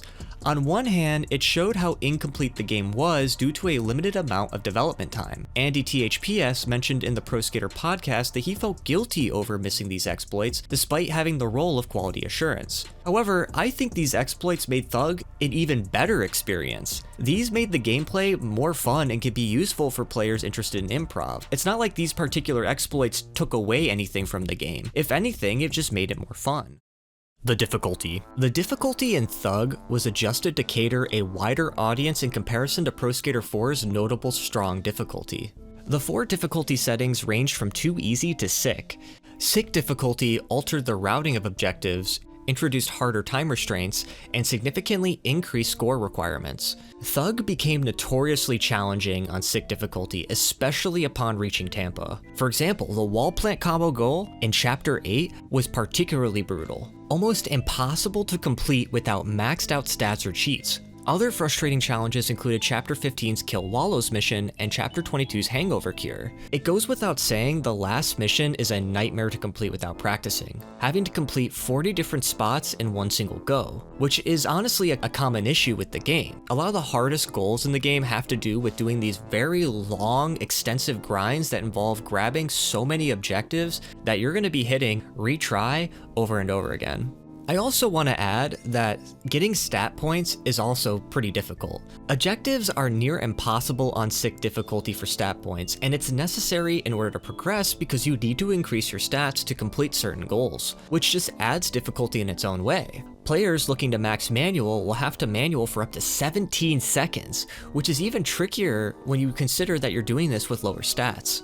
Anonymous Caller in Moscow is a good example of how intense the sick difficulty can get on certain missions. The usual objective requires 10 360 spin transfers over 4 minutes, but the sick difficulty requires 20 in 1 minute and 30 seconds, which is absurd, because you can't go up on the opposite vert ramp to do it over and over again. You instead have to get off of your board and rapidly go up back and forth in a rapid succession and just barely make it in the nick of time. For those seeking the same level of frustration as Pro Skater 4, playing on sick difficulty delivered that experience. Even special tricks were locked behind very specific challenges requiring players to execute those tricks successfully. However, unlike Pro Skater 4, Thug allowed more flexibility, making difficulty more of a choice rather than a requirement, which is a welcome improvement.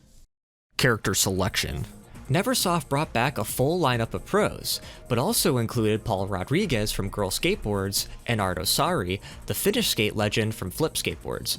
While these pros might go unnoticed due to story mode focusing on a custom character, many of them were featured in the in-game goals and ultimately became playable during the demo tape mission set near the end of the game. I mean, they're also all playable in the free skate mode and the creative park mode, so there's still opportunities to play as these guys. All the playable pros still had their own special trick sets, board designs, and wardrobe featured in the game. Bonus skaters featured included Marvel licensed character Iron Man, Gene Simmons, and the creature Thud, inspired by the 1984 film Chud. Additionally, the game featured 50 pre-made creative skaters available by naming your character a specific name. Bam's character design would be shirtless at default this time around, and features his heartogram waist tat and his notorious rib tattoo. He is also spotted wearing a pair of purple audio sneakers. Bam's special tricks included Bam Ben Air, the Jackass making its return, the Stupid Grind, and, my favorite, the Grind and Barf. The level design. During the brainstorming process, Neversoft would compile a list of about 100 potential locations before eventually narrowing them down for the game. Following this, members at Neversoft would travel to these locations and find inspiration in designing the game. This included Hawaii and Russia, which were pretty expensive to travel to. Chad Finley, the lead designer, stated, "So a few weeks before we'd start on the level, we'd send out people on reference trips to all the locations, and we did this multiple times as we did the game, with the goals of just getting a lot of photo reference. Because the more photo references we had, the easier it would make the game. What could this be? Oh, it could be this. If we were having problems figuring out what could be skatable and how do you make a half pipe out of something, we just literally trolled through the photos to see if there was anything that would solve the problem that would make it be more authentic." The other goal was also to do research of skating, like when I went to Russia with Brian, Ted, and Aaron Skillman, who hooked up with a guy who was a skater there, and he took us on a bunch of skate spots throughout Moscow. Levels in Tony Hawk Underground felt more expansive compared to previous games, with each map featuring a secret tape, hidden area, pedestrians, a vehicle to drive, and different skaters. Most levels also incorporate roads, allowing for the presence of vehicles and car-based missions. Similar to Pro Skater 4, Neversoft focused on making the environments feel more active, adding more NPCs and interactable elements. Interestingly, levels were initially meant to be even larger than that was featured in the game, but Neversoft wanted to keep the game at a steady 60 FPS, making it a priority, especially when designing complex maps like New Jersey and Vancouver. Neversoft also introduced day and night transitions in the level design to give the game more dynamic lighting. One of the more unique bonus levels is Hotter Than Hell, a Kiss-themed concert stage. If players collect the Kiss letters, the band appears on stage to perform. However, due to time constraints, this feature wasn't as exciting as originally planned. Some of my favorite levels from this game include New Jersey. New Jersey is a gritty suburban landscape that captures the post-industrial aesthetic of the state, complete with a small helicopter that flies around that you don't really notice until you sit there and just stop and just look at it. Hawaii is one of the most beloved maps in the entire series. Its rooftop sections are pretty fun to play around with, and there's a lot of carefully placed skate lines that encourage some creative combos here. The level even features areas that are inspired by the search for Animal Chin. Alan Flores, the senior designer, had a very interesting story when in Hawaii, where they ended up meeting some guys from a shop called 50/50 that actually got them onto an Air Force base to check out some really cool wooden bowls that were built. where he stated, "They also took us to the Wallows. If you were in Southern California or Florida, you might not even bat an eye at a spot like this. It's just a wash. They built it up with ramps and all this cool stuff. So you just go in between a couple houses, climb up, and suddenly you're in this hidden skate spot." I feel like this quote kind of gives a solid explanation as to why the levels in Tony Hawk Pro Skater had so many neat little skate areas.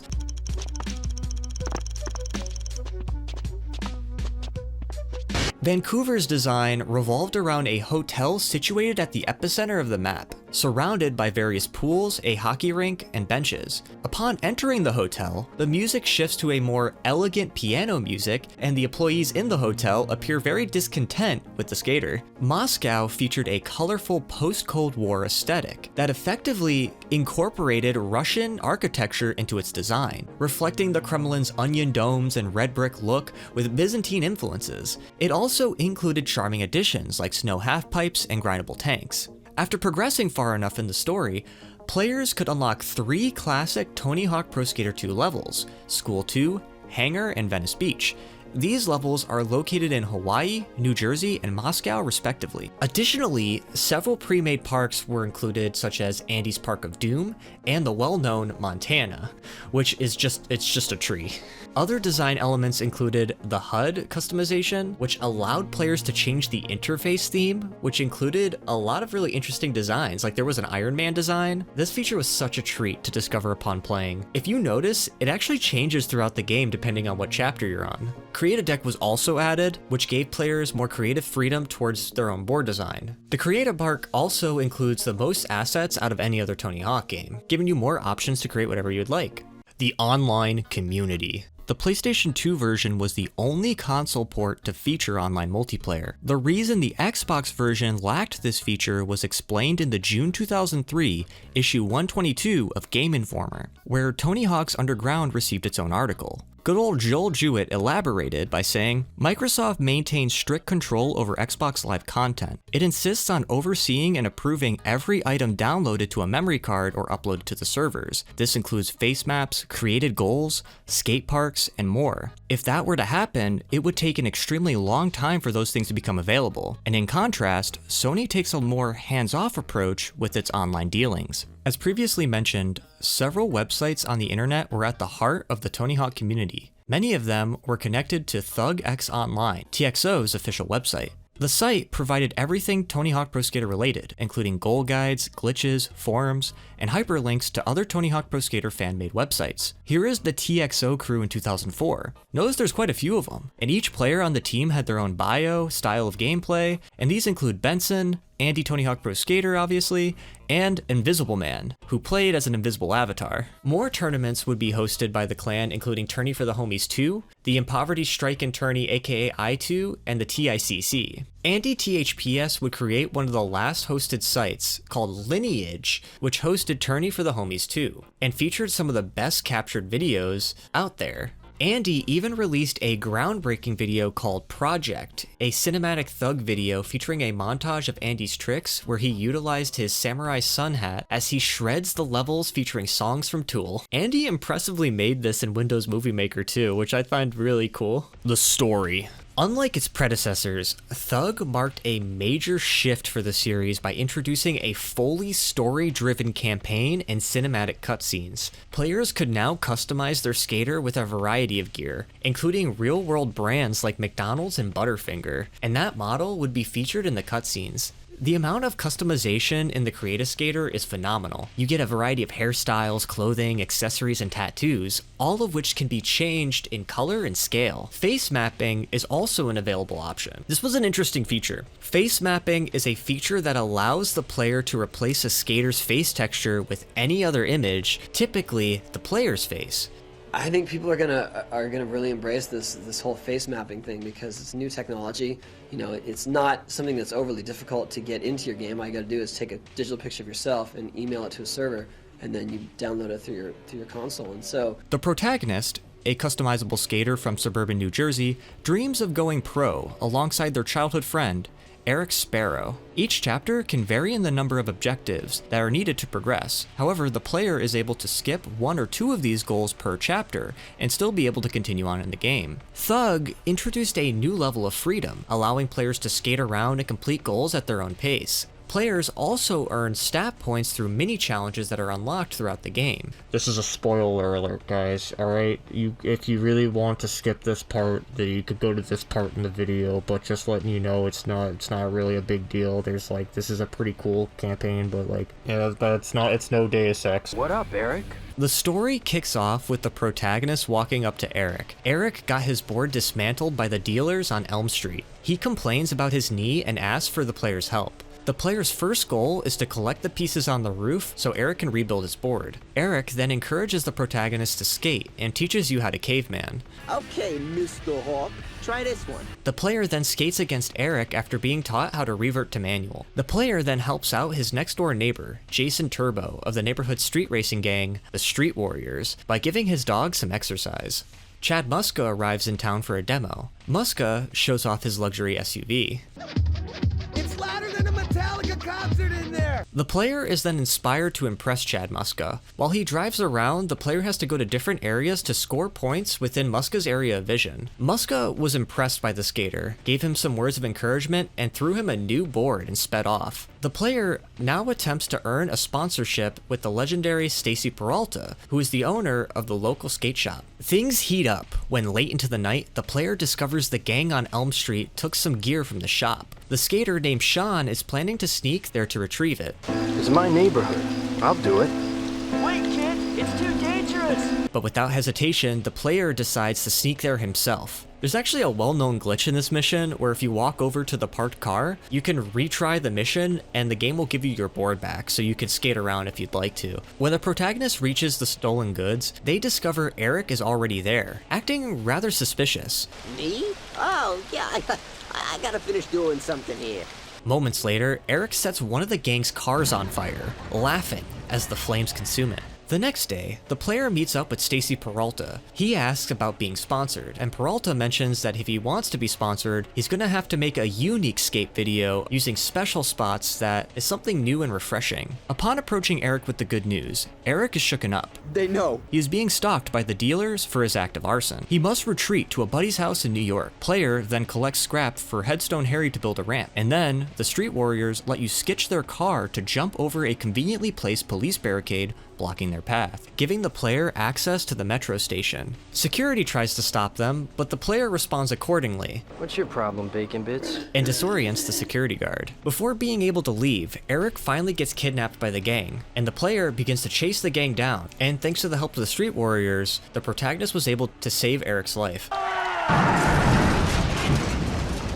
Let's get the hell out of here! After escaping to Manhattan, the player and Eric set their sights on making a skate video to impress Stacy Peralta. After earning the respect of local skaters to help with the tape, Eric then discovers a car that just so happens to be on fire and tells the player to pull some sick tricks off of it. After being impressed by their burning car jump New York City tape, Peralta offers the duo his van for them to travel to Tampa to attend the Tampa Am competition, after doing a couple errands of course, which also included a chef with a giant cleaver who may work at McDonald's, teaches the skater how to boneless. That's an interesting one. Boneless. Things go sour when on the way to Tampa. A cop pulls them over for an offensive bumper sticker and broken taillight. Eric insults the cops and the cops arrest him and requests the player do some errands if he wants Eric back. Because we eventually find out what the officer's up to that's kind of ruining his plans. The player busts Eric out of jail, where Eric has an idea. Those pigs work for Mayor Jed, and he's running for re-election. Let's make sure he doesn't win. Sabotage Mayor Jeb's campaign by grinding his signs throughout the city. Mayor Jeb then sends the cops after the two, and Eric, with a borrowed police car he somehow got, requests the player to find a way to ditch it by driving it into the ocean. Now time for check-in at the Tampa Am, but Eric claims he forgot I sent mine for him in, to enter the player into the competition while registering himself. Eric then ditches the player, and with no official spot, the player now has to impress the local pros. But this includes Bam Margera. Bam Margera, what will he do next? Welcome to Wet Beaver's Party Boat. This party's boring as hell. So Bam invites him to the Wet Beaver's party boat to land tricks on command. Afterward, Tony Hawk approaches the player and asks to skate with them. Tony learns about the player's connection with Stacy Peralta and pulls a few strings to register the player into the competition. After winning a series of competitions, the player faces Eric in the finals, defeating that lying prick. Players are given the opportunity of choosing one of 5 sponsors to represent themselves in the game, with Bam greeting the player about joining Element. Would everybody just shut up for 5 seconds and let me talk to the damn kid? I gotta give it to you, that run was bullshit. No, in a good way though. Displaying how Bam was the poster child of the brand at the time. The tape for Element features Bam vert skating on a rooftop mini ramp in Philly, mentioning why he chooses living close to Philly over places like Hollywood. Following winning the Tampa Am, the player receives new board designs and meets their team manager in San Diego. Yeah, are you Todd, the team manager? Hey, look, I gotta finish this meal before I go out to eat, so here's my skateboarding 101 spiel. A self-absorbed gluttonous guy who gives limited advice and immediately assigns him to piggyback an ad shoot. After completing the ad shoot, the manager, who comically calls the protagonist the Idaho Kid, tells him to gather all the stuff for a party to celebrate. The player parties too hard, sleeps in, only to be interrupted by Todd, who introduced him to the new crewmate, Eric Sparrow. Sup, fool? The player has to gather his drunken teammates to get ready for the upcoming demo. The demo in San Diego was a bit tough since it's grind heavy and requires a lot of time management to complete, but this leads to free tickets to Hawaii. Hawaii! While on the plane, the player connects with another teammate who just got his own board design. Who knows? Do the same, maybe they'll turn you pro in a few years. And gains a little bit of advice. In Hawaii, the player is given the opportunity to gather footage for the upcoming Slammed City Jam event in 3 days. A little later, Eric bumps into the player, who comes to gloat about his footage. The player mentions he has a sweet spot he's learning about, and Eric, interested in his own self-gain, offers to help if need be. The player eventually finds the secret spot on top of the hotel, and he summons Eric with the camera to come see the spot for the footage. Eric mentions the danger of it. You serious?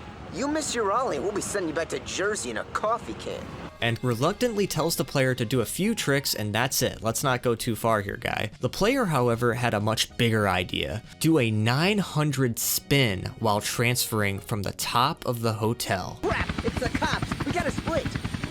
However, the player doesn't want to miss the opportunity for a good stunt. You freaking lunatic. You're gonna get yourself killed.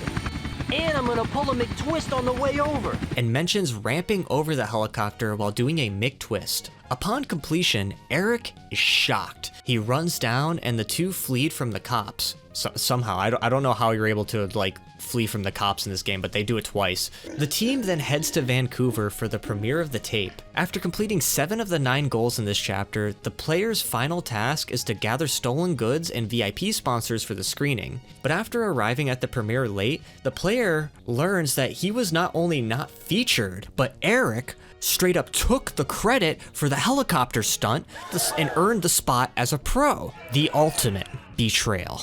Betrayed. Fueled by revenge, the player enters the Slam City Jam as a pro, leading to one of the most badass lines in the entire game.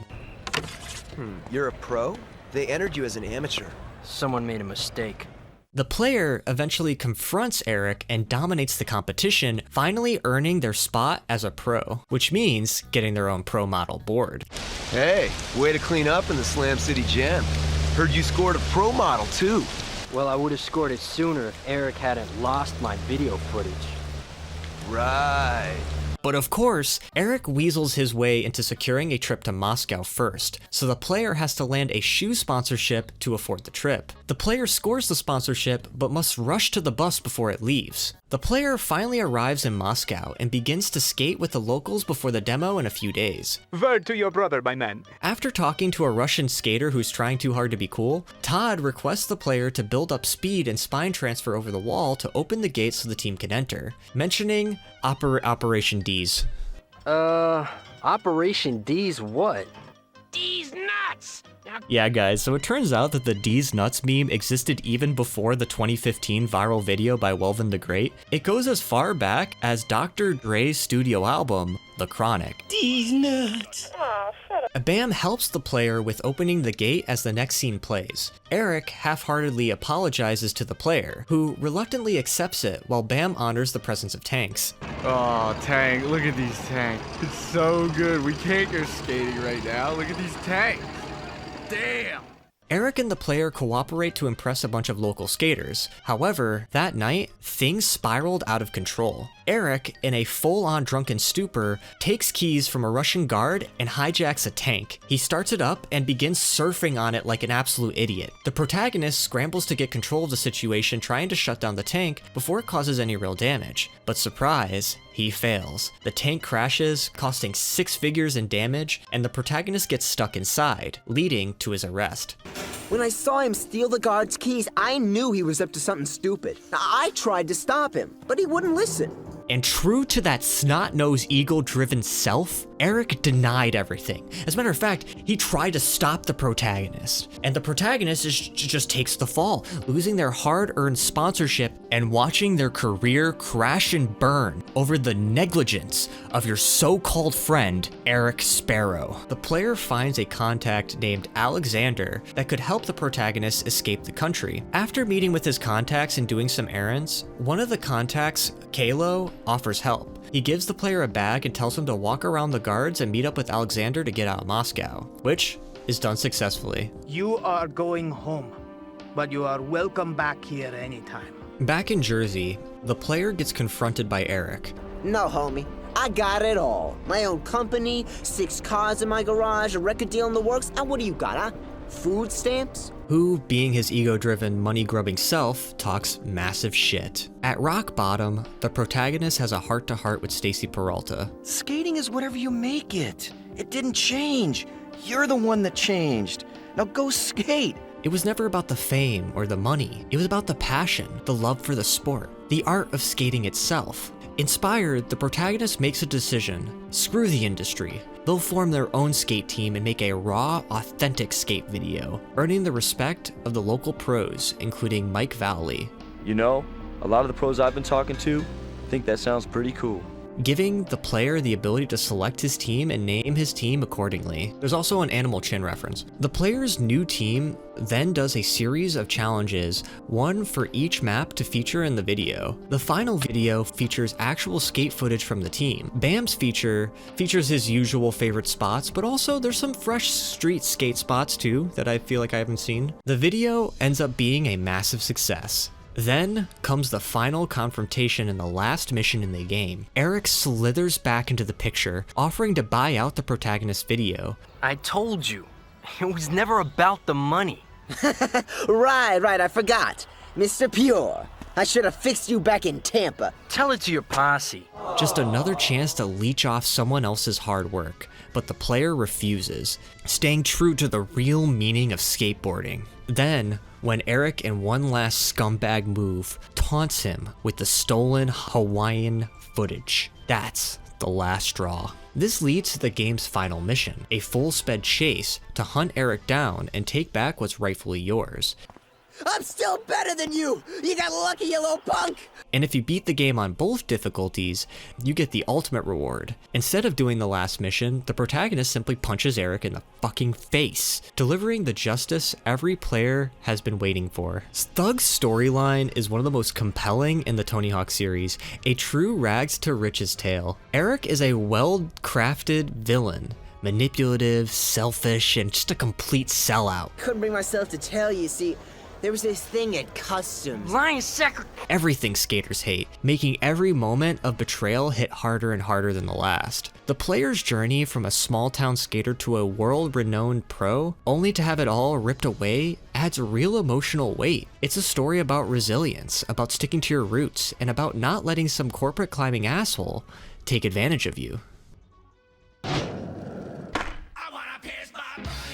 Soundtrack. Tony Hawk's Underground features the biggest soundtrack in the entire series. 78 different tracks with one exclusive track that was featured in Bam's skate video. This game is packed with bangers across hip-hop, punk rock, alternative, and now metal music. I won't even have time to cover them all, but let's just say, my entire high school music taste was shaped by this soundtrack. Rise Against, Deltron 3030, NoFX, Alkaline Trio, Bad Religion. Man, I just can't. The punk rock, the hip-hop, the alternative sections in this game are just next level. The hip-hop lineup in Thug doesn't just hold up, it competes with the Def Jam series. Some of my personal favorites: Bus Driver's Imaginary Places, Jurassic 5's A Day at the Races, Mr. Lift's Phantom, Quasimodo's Low Class Conspiracy, which, great album by the way guys, and let's not forget the Herbalizer It Ain't Nothing, which features the legendary MF Doom. But it doesn't stop there. Thug brought more metal into the mix with bands like Entombed, In Flames, and Mastodon. Plus, it delivered solid alternative rock,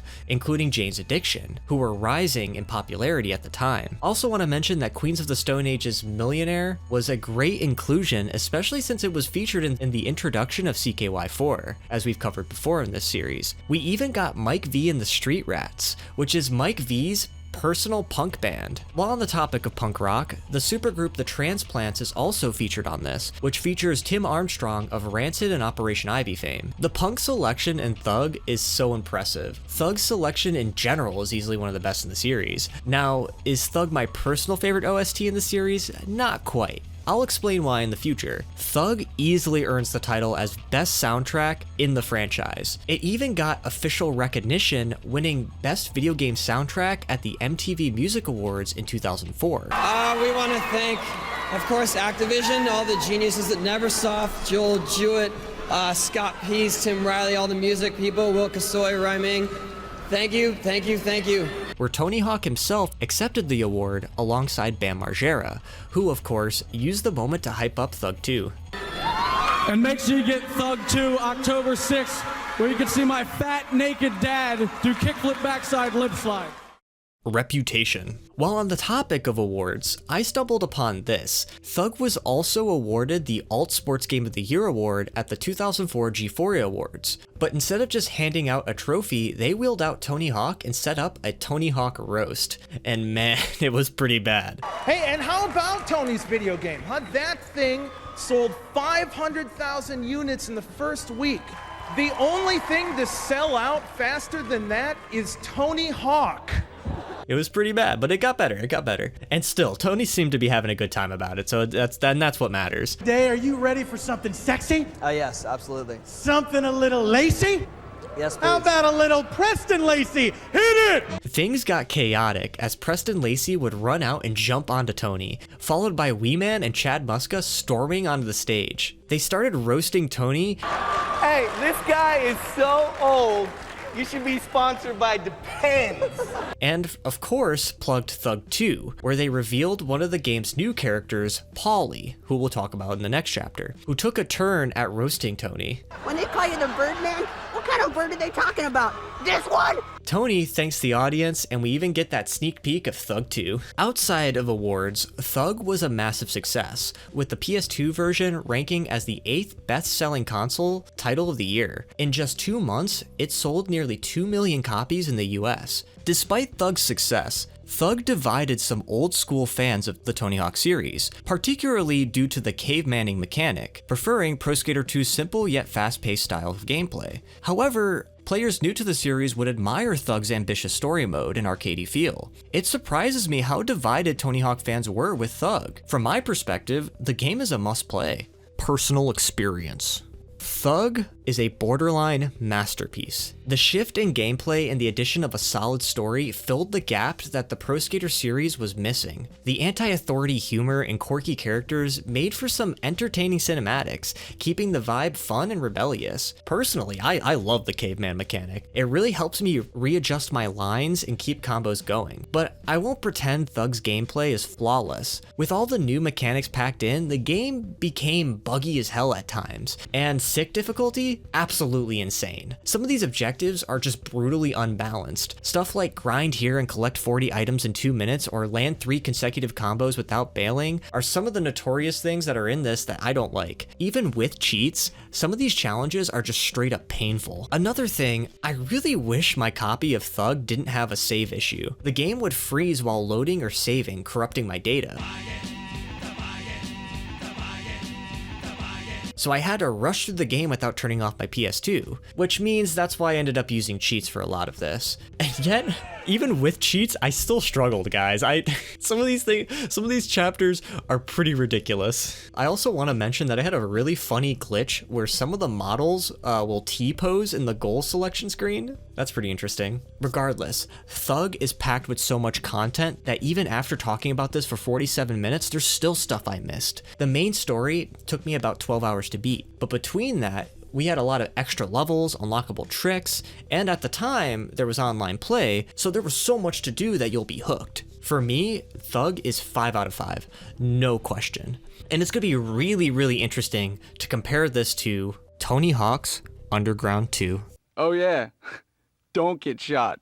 Development. Tony Hawk's Underground 2 stands out as one of the most over-the-top games in the entirety of the Tony Hawk series, and it's particularly relevant to this YouTube channel.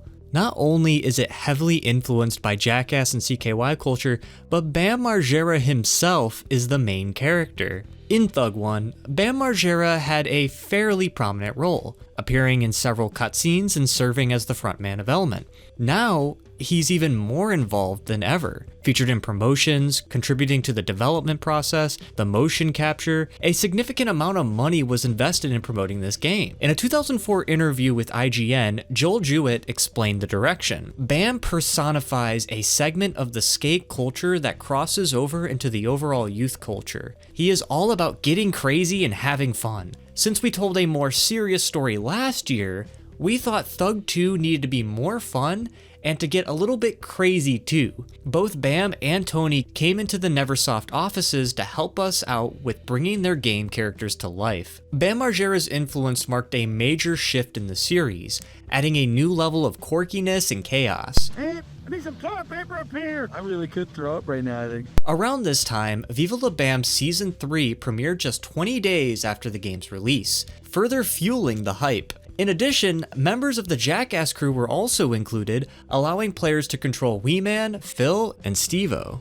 Well, I don't want to give the secret away, but I am in Berlin, and I do speak German there. Come and be here, bitches! MTV even aired a behind-the-scenes special showcasing the game's development, which also featured the character designs and the integration of the Jackass universe. One of the biggest challenges was the motion capture. Skaters, especially Tony Hawk, find it quite difficult to perform tricks with the sensors attached to them. As a result, the team often had to rely on reference videos and manually animate the moves through that, as they did in previous Pro Skater titles. For the game's commercial, the crew filmed around downtown LA, capturing the selection of the team, which involved a spray-painted van. No. You, get in the van. I have to pick out 1 out of 5 of these guys, and it sucks because they're all good skaters in real life. But unfortunately, I'm picking the one with a sheep, a plunger, and a disco ball. But it sucks though, because all these skaters are so good, and I have to look at them and I be like, nope, definitely not. Bam's character model was redesigned, with a rounder and bulkier facial structure compared to the previous games, giving him a slightly different look. A 2004 interview with Tony Hawk and Bam featured on an official PlayStation Magazine demo disc offered a straightforward but wholesome glimpse into Bam's involvement in the game. If my team took on Team Hawk, I would definitely lose because this guy is doing 900s. So there's no way that I could possibly win. Neversoft went all out in promoting Thug 2. There were branded Xbox consoles, skateboarding decks, and even a Flash game where you jump and spray paint for points. It wasn't all that great, but it was still kind of a neat addition. Best Buy even released a soundtrack sampler, which included a free 30-day trial for Napster. While the original Thug 2 was released on October 4th, 2004, the game later received a PSP port titled Tony Hawk's Underground 2 Remix. Remix was developed by Shaba Games, a studio that previously assisted with Matt Hoffman's Pro BMX and the PlayStation 1 port of Pro Skater 3. Thug 2 Remix featured new cutscenes, 7 exclusive skaters, and 4 new levels, including Santa Cruz, Atlanta, Kyoto, and Las Vegas. It is a time of judgment for one very unlucky individual. This sad excuse for a human being will either succeed in this challenge or be banished, forever wiping out on the saddest of half-pipes, ridiculed by young and old alike. Unfortunately, I don't own a PSP to showcase the footage here, so special thanks to Benedict for capturing gameplay across the entire series. I've been using his footage a lot when I can't get it myself, so thumbs up to this guy. We'll be revisiting these newer levels when we explore other aspects of the game. Lastly, Thug 2 Remix made a surprise appearance in Shrek Super Slam, another title developed by Shaba Games. Shrek Super Slam is a very interesting game. It's a Smash-like fighter featuring characters from the Shrek universe. While the game received relatively mixed to mild reviews, it did develop a cult following due to its arcade-like combat and surprisingly deep mechanics. Like, there's some tech for this game that's pretty interesting. Also interesting is that hidden within the Shrek Super Slam game files is a dummy file named strident.bin, which contains the first 885 megabytes of a Thug 2 Remix disc image. This is also playable apparently, and the build for this version was February 17th, 2005, just 2 days after the final build's release. And so this version is called the Shrek Super Slam version. Gameplay.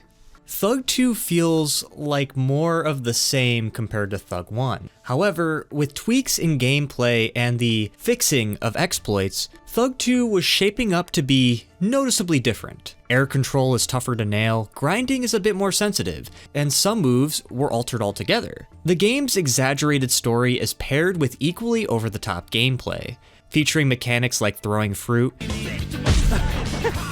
setting your skateboard on fire, and riding absurd vehicles that can catch some extreme air. Thug 2 introduced several major changes to its core mechanics, featuring things like graffiti tagging, nada spins, freakout mode, aerial flips, and the sticker slap, which replaced the wall plant. The sticker slap received criticism for being easy to activate accidentally and disrupting combos. This change was to implement user create tags within the gameplay, which can be done through the menus. Additionally, sticker slaps also changed the player's stance from normal to switch and vice versa, which I just found out about, I had no idea. Another new move, the nada spin, allows players to spin on poles and ledges. This trick was actually named after the Lithuanian-American pro skater Nadas Kalpas. In Santa Cruz's Streets of Fire, Kalpas performed a 720 spin on an oiled up fire hydrant, which led to the trick's creation, which also explains why he was a playable character in the game. Newly added to the game was Focus Mode. Focus Mode slowed down the game speed to give players more time to implement tricks at a technical level. This mode used the special meter as fuel and made balancing a lot easier to perform. Focus Mode can be useful completing certain goals and navigating through tight areas. However, it does kind of suck that Focus Mode uses your special, so it kind of hinders your score. Another addition was Freakout Mode, where when a player wipes out, they get to mash the buttons to make their character angry and smash their board after bailing. This gives you a head start in the next combo. Additionally, players can now perform front flips and rolls using the double tap mechanic. Spine transfers and acid drops now give much higher height. This is amplified if the player is playing as one of the vehicle characters. Caveman and free running abilities were also improved. Players can now walk up to an edge and automatically hang from it. Another new mechanic allowed players to acquire and throw projectiles at pedestrians around the level. This kind of conflicted with the game's controls, making it a little bit awkward to execute tricks like lip tricks while holding these throwable objects. Character selection. Thug 2 had the strongest yet strangest character selection in the entire Neversoft series, omitting several pro skaters in favor of comical and fictional characters. Skaters like Corinne Campbell, Steve Caballero, Rune Glifberg, and even Bucky Lasik were notably absent from this game. Instead, the game featured Jackass crew members, fictional characters, and special skaters along with a couple of new pros. The main roster of pro skaters was limited to just 8. but the total number of playable characters expanded to 63. One notable addition was pro skater Ryan Sheckler, who also starred in an MTV show called Life of Ryan. Another unlockable skater was Cut Chemist, who was best known as the DJ for the hip-hop group Jurassic 5. His track Drums of Fire appears in the game's soundtrack. If the player includes the cheat code 5 Knuckles, they can play as a severed hand, reminiscent of a tech deck fingerboard. The game's outrageous character selection also included a Call of Duty soldier once again, Bigfoot, and even Shrek as a secret character, guys. Shrek! This is my swamp, guys.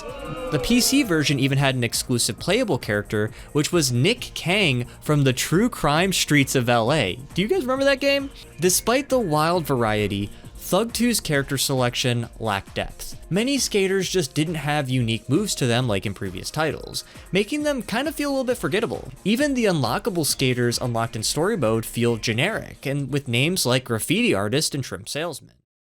The level design. Thug 2 built off of Thug 1's use of interactable levels, now featuring custom animations that were labeled as destructions. And these are found in some of the levels in the game. The levels in Thug 2 are vibrant and colorful, and they're filled with graffiti, unique architecture, and there's that touch of quirkiness that Neversoft is known for. Day and night transitions were enhanced to look more fluid, and there was also weather elements like fog that was featured in the game. In addition to the detailed environments, Thug 2 had an increased range of Easter eggs, like the infamous Star Wars kid or a Bigfoot sighting. There was an emphasis on height in the design of each level. Levels like Berlin, Skatopia, and Barcelona featured these giant buildings where you can skate on the rooftops to get this massive air. This is also extremely insane when you consider the usage of vehicles in the game. Barcelona in particular has a charming inclusion of a tram rail that takes you from one part of the level to the other.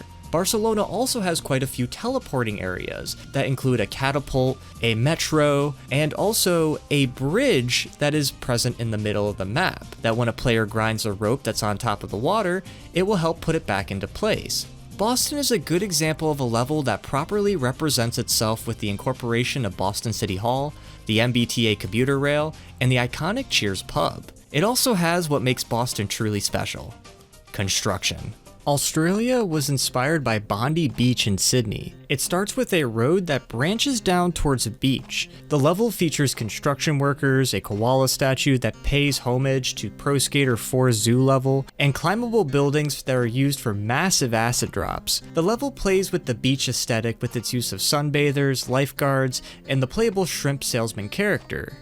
One fun little Easter egg I found out about the Kenny the Koala statue is that if you not spend his hand, he actually will end up flipping off the player. New Orleans or Mardi Gras is a great example for how colorful the levels in Thug 2 have gotten. Set around Bourbon Street in the historic Louisiana French Quarter, this level was richly detailed, vibrant, and full of quirky shortcuts that encourage creative improv. The cemetery area was especially memorable, because it featured these little graves, like these crypts, that when you grind them, it would raise the dead. It would completely change the environment and would unveil a secret voodoo character that you could play as. And one of the objectives actually involves running over the NPCs because they all turned into zombies because of this. Do you guys remember when I covered the Mardi Gras 2-parter in the Viva La Bam second season? I feel like that probably contributed to this being a level, as well as the next level, Skatopia. Does whatever the fuck he wants. There's not a whole lot I want to say about Skatopia. I think it's a great map, and it properly reflects the DIY energy of the actual park in Rutland, Ohio.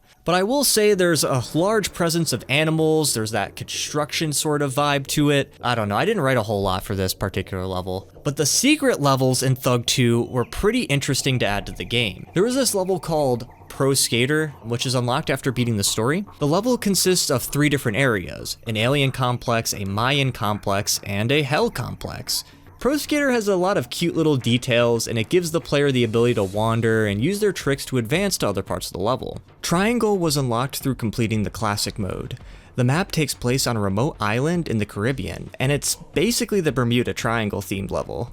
Thug 2's biggest pro was the inclusion of Classic Mode, a traditional 2-minute round 10 objective arcade mode.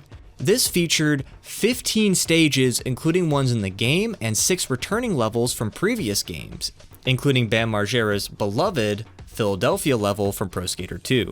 Classic Mode was a nod to the series' roots, providing a satisfying alternative for players who preferred the original Tony Hawk experience. This mode in itself makes the entire game worth playing. Classic Mode brought back School, Downhill Jam, Canada, and Airport. Also from the Tony Hawk's games was the warehouse level that is the tutorial level in the beginning of the game. It's really cool to see an expanded version of a pretty small level. An interesting discovery I learned is that New Jersey from Thug 1 is somewhat playable in the game. This is used through a glitch. If the player either sets a create a goal on the map Training or uses moon gravity, it results in the player clipping through the level into an incompleted version of New Jersey used in the story mode. The exclusive levels in Thug 2 Remix were Atlanta, Las Vegas, Santa Cruz, and Kyoto. For people that play Tony Hawk American Wasteland, these 4 levels would carry over into some sort of capacity of the game. In Remix, they were also presented as a choice for the character to choose by Tony during the story mode. All 4 of these had the same amount of thought and effort as the original title, which is really cool that the PSP version actually had more content. Atlanta incorporates landmarks like the CNN Tower, the state capitol known as the Golden Dome, and the Science Center. Santa Cruz is the first level in the remix version, and it features that of a boardwalk with a pier and even an amusement park. Las Vegas takes place inside of a casino that features swimming pools, a shopping mall, and an aquarium elevator based on the Aquadome located in Berlin. The most interesting level is Kyoto. This level features a destruction that has a giant monster named Mega Beast Zero, which is inspired by Godzilla, and there's also a secret character where you could play as Ultraman. That's so awesome. The story mode. In Thug 1, the player created their own skater and slowly built that skater's career till they ended up becoming a pro. In Thug 2, it's something different. Instead, players are now allowed to switch between 4 different characters: the main character, a pro team member, a secret character, and a special guest vehicle character. Each of these options have different stats, making them quite unique compared to the main character. Similar to Thug 1, the main character must complete stat challenges to improve their skills, making the early game quite difficult. Once additional characters are unlocked, new challenges become available. This is where I found something quite interesting. Instead of grinding through stat challenges as the main character, players could just simply switch to a pro or secret character that actually have higher stats, making progression significantly easier. This imbalance becomes much more apparent when considering that secret characters often have better stats than that of the pros. 1 year after the events of Thug 1, the protagonist is kidnapped while skating in New Jersey. They wake up tied to a chair in a dark room, where a man in a hockey mask brandishes a chainsaw threatening the group. Hello, butt nuggets! Only to reveal himself as Bam Margera, with Tony Hawk beside him. Bam and Tony unveil their plan, a world destruction tour, a chaotic skate competition for their own amusement, pitting Team Hawk against Team Bam. Tony appoints himself as captain, while Bam, true to his style, introduces his own team captain, his dad, Phil. Damn it, Bam! The tire jacks ran right up my... The goal of the World Destruction Tour is for each team to rack up as many points as possible by performing not just insane tricks, but also stunts and pranks, reminiscent of Viva La Bam's Scavenger Hunt episode. Each level requires players to accumulate up to 1,000 points across a variety of objectives, with the losing team footing the bill for the entire trip. Thug 2 takes a jab at the series' reoccurring antagonist, Eric Sparrow, who immediately embarrasses himself by pissing his pants during that whole interaction. When it comes time to select team members, Bam initially rejects the player character. Bring it on, bitch! I like that. He's fired up. Opting instead for a cocky, wheelchair-bound kid named Paulie. Tony Hawk then steps in and encourages the player to not be disappointed, offering him some needed positivity. Before the tour officially begins, players can explore an expanded version of the classic warehouse level, which serves as a tutorial area. Each character provides a unique tutorial, and because it's Tony Hawk Underground 2, players are also given the chance to pelt Phil with tomatoes. Boston. Throughout the tour, players receive text messages on a Motorola cell phone, which occasionally provides updates on each team's progress, or for the opposing team to talk shit. Boston is the first stop on the World Destruction Tour. Most of the challenges here are pretty straightforward and just require a little bit of practice. The guest skater in Boston is Jesse James, riding a makeshift motorbike that feels stiff and a bit awkward to control, though the physics here become quite noticeably insane. Dude, look how high I'm going.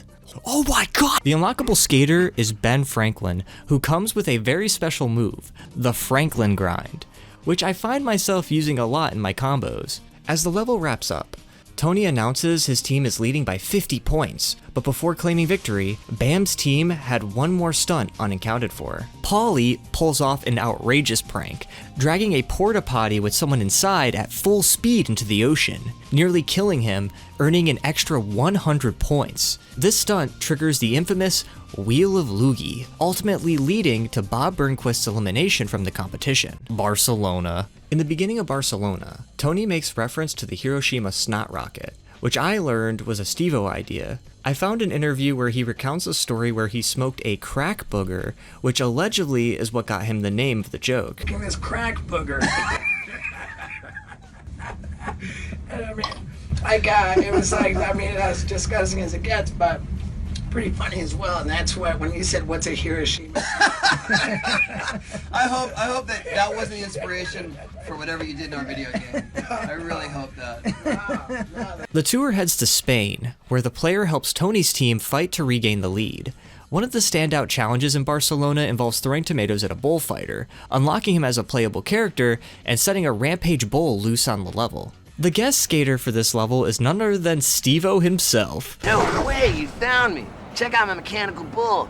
It's time to get totally rad on this thing, yeah! Man, I thought I was riding a beast last night. This thing's out of control. Much like Jesse James' motorbike, Steve-O's controls feel rather clunky and awkward. Upon completing the level, Tony announces that his team is back in the lead, but chaos strikes again as Eric spits on the Wheel of Loogie, resulting in him being traded back to Tony's team. Meanwhile, Bam welcomes the protagonist and tells him to get ready for Berlin. However, things take a turn when a video about the tour leaks to the news, making the event public. In a Jackass-like fashion, Bam is caught on tape throwing a bowl into Phil's hotel room, blowing the cover of the entire event. Berlin. Wunderbar. The crew arrives in Berlin, where the game starts to get a bit more challenging. One notable challenge is the Pro Tour Line Challenge that I'm showing you guys right now. In this level, you can play as Paulie, who honestly is pretty fun to play as. Back to the story. Eric humiliates himself yet again, this time by crashing into a hot dog vendor and sending hot dogs flying everywhere. As the chaos unfolds, Chad Muska had this to say. It's kind of ironic, man. Him nailing a wiener cart. Get it? Meanwhile, Tony celebrates another team swap, which returns the protagonist back to his team. But just right then, an RV pulls up, introducing Nigel Beaverhausen. Writer, producer, director. Today, I'm here to chat you up about skateboarding.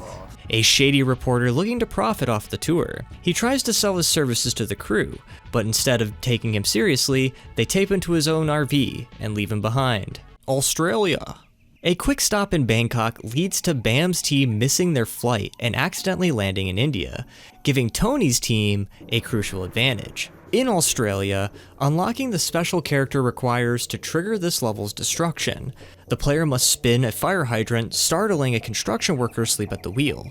This causes the koala head to slam into the wall, and for the wall to collapse, revealing a hidden outback area where the player meets an aboriginal who's riding a go-kart, thus making him a playable character. Australia may also have the easiest challenge in the entire game, where you just climb up here and you just run through tables. Despite this head start, the protagonist scores the lowest and is forced to endure mouse traps launched from a catapult as punishment. Wait a minute. It appears they lost the competition, but due to Phil miscalculating the scores, Oh yeah, I guess I should have carried the one. which is ironic because he's into accounting, it turns out the teams are actually tied. A young skater approaches Tony to sign a bootleg World Destruction Tour tape, created by Nigel, without the team's approval. In response, Eric and the protagonist face off to see who can get the best revenge. While Eric's idea of revenge is simply stealing Nigel's clothes, You stole his clothes? That was your big stunt? You're an idiot. Why are you still on my team? the player dresses in Nigel's outfit and harasses the construction workers and sunbathers, causing them to mob the real Nigel as the team departs for Mardi Gras. With no way home, Eric is officially eliminated from the tour. Guys! Guys! I don't have a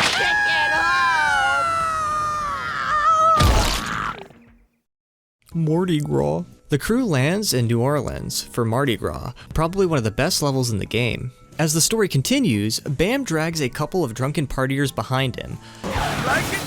My BMW! My boozed up moron wagon! Meanwhile, Nigel returns, still trying to profit off the tour. This time he pleads for a chance to film at Skatopia, or as he pronounces it, Skatopia, offering to cover the entire cost of the trip. Mike Vowley isn't having it and threatens Nigel with violence, but the offer is accepted due to how expensive the trip has gotten. Alright, who went to the donkey show? I don't know. You got a deal. The Wheel of Loogie activates the Equalizer, a high-risk challenge that when completed ties the score. This involves pulling off a series of acid drops from a helicopter. The crew does this by borrowing a helicopter, which unsurprisingly crashes at the end of the stunt. This leads to several team members getting arrested. As Chad Muska gets beaten by the cops in the background, Toadie reassures the protagonist not to worry about it. They'll be fine. They've been busted for skating many times. I'm sure they can handle it. But we gotta move on.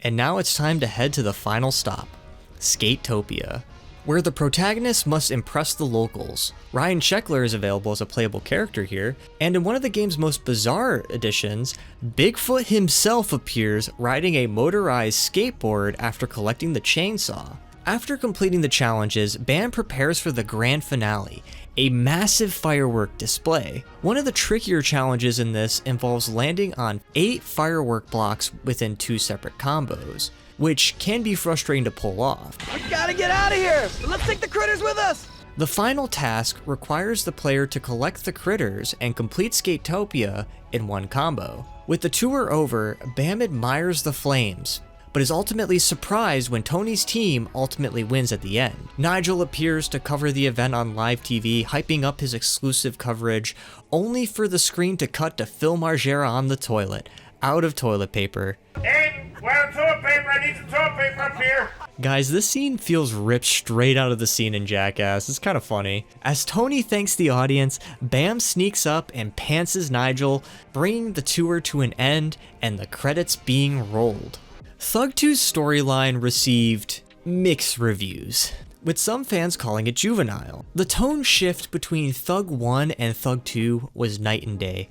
While Thug 1 focused more on skate culture, Thug 2 leaned heavily into the Jackass-style antics, which was mentioned by Bam as part of that culture. For fans of Bam and Jackass, this game paid homage to his legacy, referencing content from his universe. However, I can see how the crude humor and reduced emphasis on an actual skateboarding career alienated some of the series' more dedicated skateboarding fans. Difficulty. Thug 2's sick difficulty is actually not too hard in the story mode. The only real difference is the required score to advance. The challenges themselves do get quite tough at times, some for valid reasons like Berlin's Pro Trick line, while others just seem unfair altogether. Hats on Fire is a good example. The goal is to light your board on fire and try torching 3 cops at the same time by doing a trick over them. The fire only lasts about 15 seconds and the cops occasionally follow weird paths quite away from each other. It was a bit tedious to get through this one. My head is on fire! On top of that, the controls for these vehicles add challenge to the difficulty as well. Although, I feel like a lot of this just kind of goes under the category of just get good, bro. Thug 2's classic mode also has a sick difficulty, mostly with changes to the required scores for high, pro, and sick. This, on its own, is actually quite challenging. Trying to get 1,000,000 points, 2/3 in the way through, is very difficult. I can't even do it, guys. The soundtrack. Thug 2 boasts a high-budget OST that is a mix of the usual punk, rock, and hip-hop. A lot of major names were in the OST, including Joy Division, Metallica, Ramones, Melvins, and Faith No More. The list goes on for this one. A notable banger is the inclusion of Chili Peppers' Power of Equality. Some classic tracks make a return, like High Anxiety by the Suicide Machines and Los Angeles by X. 2 classics that is needed to be mentioned in this soundtrack is Frank Sinatra's timeless classic, That's Life, and of course, Johnny Cash's iconic Ring of Fire. The hip-hop selection delivered some bangers with A$AP Rocky's No Jumper Cables, Atmosphere's Trying to Find a Balance, and Pete Rock's and CL Smooth's track, Soul Brother, which utilizes the classic Tea Kettle sample. Thug 2 really threw in some old-fashioned tracks in this one from both the 70s and 80s, with Sugar Hill Gang being around since '79, and their track Rapper's Delight being featured in this game. Two more things I want to mention is that the documentary that I talked about earlier in the development category highlights the soundtrack featuring Jimmy Eat World performing their hit track Pain as a part of the documentary. And we're Jimmy Eat World. Our track that we have on Thug 2 is called Pain, and we feel it's pretty appropriate because every time you wipe out, it hurts. The funniest thing I noticed was when you would tag the billboard, a riff from Disturbed's track Liberate can be heard in the background. Online community. Thug 2 definitely marked a shift for the Tony Hawk Online community. While the Jackass-inspired direction brought in a new audience, many long-time and hardcore fans felt the game strayed too far into zany and over-the-top antics, losing some of the series' original identity. This shift created a notable divide, particularly within the online competitive scene. One of the last major community-driven events was Tourney for the Homies 3, and this signified this transition. The tourney, which ran for months, was the final major competition for TXO, before players started to step away from online play and the game in general.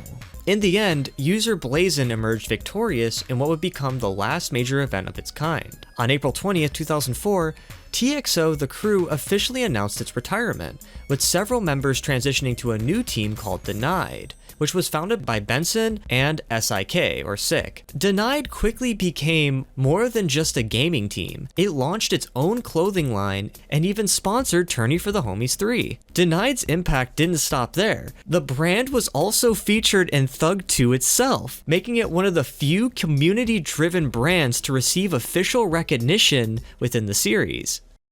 Reputation. Thug 2 garnered mixed reviews, with scores ranging from 70% to 86%. Game Informer praised it with an impressive 9.75, but other reviewers like Eurogamer and Metacritic rated it more moderately. The game's story drew the most criticism for being short and less engaging than that of Thug 1, with many finding the humor rather forced. However, it is worth mentioning that Thug 2 was nominated for a Smithsonian Art of Video Games exhibit for the PlayStation 2. However, they ultimately and understandably lost out to Shadow of the Colossus. What a good game. Thug 2 was the first in the series to not hit a top 10 console sales figure for the year it was released. The online community would utilize the term the Hawk Machine as a way to reflect the success of the series to this point, with Thug 2 being the title that slowed down the Hawk Machine. Despite its mixed reception, the gameplay mechanics and soundtrack were widely respected, with Thug 2 earning the Best Console Action Sports Game of the Year award at the 8th Annual AIAS Awards. It also placed as a runner-up for Best Alternative Sports Game and Best Licensed Music due to its curated soundtrack. Personal experience. I'm really sorry to say this, guys, but with the rose-colored glasses off, Thug 2 is my least favorite in the series. I think this stems from its weak story and conflicting gameplay mechanics. I can't deny that Thug 2's engine is solid, and it later became the foundation for Thug Pro. But the fun factor is undercut by poor vehicle controls, slow-paced gameplay, and a weak narrative. I constantly ask myself this question: is this the same protagonist from Thug 1? Canonically, the game is saying yes, but their appearance and name kind of feel slightly different. And if it was the same character, then why the hell were they picked last, right? They literally worked with all of these pros in the previous game, so they had to have built this reputation by all of these people to be selected first. It would have been better if we just started fresh and just create our own skater like we did in Thug 1.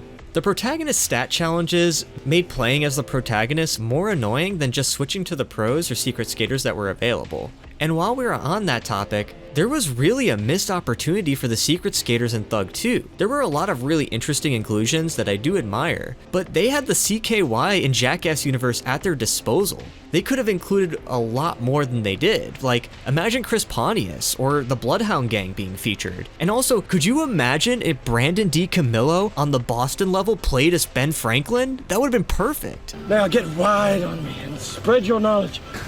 I almost had that.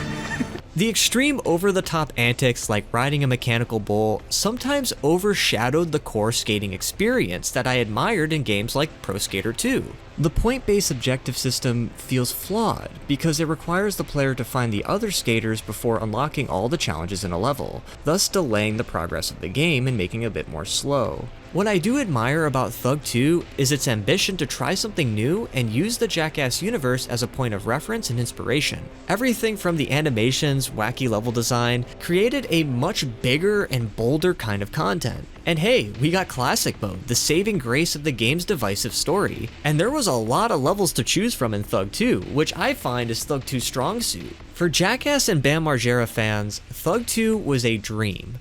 Steve-O, Wee Man, Bam himself, it was pure Viva La Bam energy. In fact, the game fits right in with the Life of Bam Margera series, and at the end of the day, Thug 1 remains my clear favorite. Its story was more compelling, its humor was more subtle, and it focused more on skateboarding as a foundation. Thug 2 took risks, but for me, it lost what made Thug 1 special. However, compared to both of these games, this next one is one of my favorites. Tony Hawk's American Wasteland. American Wasteland, or Thaw, marked what many fans see as the end of the Tony Hawk series' golden era. The game returned to the more grounded storytelling of Thug 1, dialing back the over-the-top antics of Thug 2 and recentering on skate culture at its core. Thaw is personally close to my heart. Not only was this a game I played religiously as a kid, but the whole aesthetic and soundtrack influenced who I am today. I will try my best not to make this a biased review, but just be aware that this is my favorite Tony Hawk game. Development. The standout feature of American Wasteland was its one large level design. You could do a combo in East LA that continues all the way to Beverly Hills, you know, it's all one big continuous experience. You never see a loading screen. To achieve this, developers removed traditional loading screens, connecting levels with transitional corridors. While these allowed for seamless travel, the setup mostly restricted players to various parts of California. Thaw draws inspiration from early 1980s skate culture. Early sources would claim that Thaw is set in the 80s. However, the game more so embraced a mid-2000s aesthetic, with its use of tech, alternative music, pop culture references, and product placements. A making of documentary was included in the collector's edition and marketed the potential of doing extensive combos across various neighborhoods in LA. The next page! You said one more page! Skate legends like Tony Alva, Rodney Mullen, Ryan Sheckler, and Stevie Williams contributed to the behind-the-scenes look. Tony Alva actually played a pivotal role in Thaw's narrative. Often considered the Tony Hawk of the 70s, Alva helped bridge the world of surfing and skateboarding with a revolutionary freeform style. In 1974, he found the Zephyr skateboarding team known as the Z-Boys, alongside Jay Adams and Stacy Peralta. Most of the team hailed from the Dogtown area of Santa Monica, a surf town centered around the now-defunct Pacific Ocean Park. The 1970s was where skateboarding culture began to truly shine. In 1972, polyurethane wheels revolutionized the sport, making skateboarding more accessible due to improved grip and durability, which led to the creation of the banana board that made skating vert much easier. While the Z-Boys didn't invent skateboarding, they undeniably transformed it. By 1975, the Z-Boys dominated competitions like the Del Mar Nationals, where they made up half of the finalists. A critical moment in history was the California drought from 1976 to 1977, which forced residents to drain their backyard pools, which laid the groundwork for the vert skating era. And when Alan Galfond invented the ollie in 1977, it revolutionized street skating by being the foundation of performing tricks. If you are interested in learning more, I recommend Stacy Peralta's 2001 tape, Dogtown and Z-Boys. If you truly want the authentic story of 1970s skateboarding, Dogtown and Z-Boys explains where it all began from the people that were actually there. The story of the Z-Boys carries directly into Thaw's narrative, and you'll soon find out why. I want to take a moment to reflect on Nickelodeon's Rocket Power Beach Bandits. Otto Rocket, one of the protagonists, has a helmet that was actually inspired by the Kanoa Flyaway helmet, one of the most prolific skateboarding helmets made in America, which was co-developed with input from Jay Adams. Rocket Power Beach Bandits from 2002 drew significant inspiration from the Pro Skater games, especially within its gameplay. Try a trick and a spin. Big points. The game's art direction, led by Jimbo Phillips, renowned for his work with Santa Cruz skateboards and the iconic Screaming Hand logo, lent a gritty comic book aesthetic to the narrative. The visual style was incorporated in the story's presentation, with graphic novel-style cutscenes adding depth and creating an authentic feel. Xbox players got more love from Neversoft, finally having online support. Thaw was also released on the Xbox 360, about a month after Neversoft's usual October release date. As for handhelds, Thaw was released under the name Tony Hawk American Skateland. For an extra $10, the collector's edition offered special packaging with a slipcase of real grip tape, as well as 2 additional levels, 2 bonus characters, and concept art. This edition added a touch of collectability for dedicated fans, which shouldn't be mistaken for the special edition, what I own. The special edition has the same content but does not feature the grip tape and case sleeve. Interestingly, all of the collector edition's extra content already exists in the game's base files and can be accessed via Action Replay on modded system. I also found this really funny 2008 YouTube video. Gameplay. Tony Hawk's American Wasteland scaled back many of Thug 2's more over-the-top features, like hurling tomatoes at pedestrians or riding absurd vehicles, and instead they introduced BMX riding as its new major mechanic. This new mechanic felt smooth and intuitive, with gameplay reminiscent of Matt Hoffman's Pro BMX, adding depth without overshadowing the core skateboarding experience. This would be with the help of pro cyclist Rick Thorne, who is an additional character in the game. It's always fun working with Rick, you know, it's always hilarious, it's always unpredictable, and it's always a little worrisome. We want you to be in the game. Is that cool? We're outside! Rick Thorne is a pro, dominantly vert BMXer born in Kansas City, Missouri in 1969. Thorne was a staple of the 1980s BMX scene, and later gained the attention of BMX legend Matt Hoffman. He rode for Hoffman bikes for nearly a decade and turned pro in 1994. Alongside his longtime friend Dennis McCoy, also known as DMC, Thorne competed in both vert and flatland disciplines with Dennis McCoy. Throughout the late 90s and early 2000s, Thorne became a regular presence on networks like G4 TV, MTV, ESPN, and Fuel TV. American Wasteland wasn't the first gaming appearance he had, as he was also featured in Matt Hoffman's Pro BMX, and he even had a cameo in Pro Skater 4, appearing in the map Kona. While Thaw didn't radically overhaul its mechanics, it introduced a handful of refinements to its existing systems. But there were new moves like Burt Slides, there was improved fakie landings, enhanced Nada spins, double flips, and parkour that gave the gameplay some extra variety. The addition of green and red markers in the balance meter helped players better time manuals and grinds, while the meter's sensitivity felt closer to Thug 1 than in Thug 2, making the game feel more forgiving, especially at lower stats.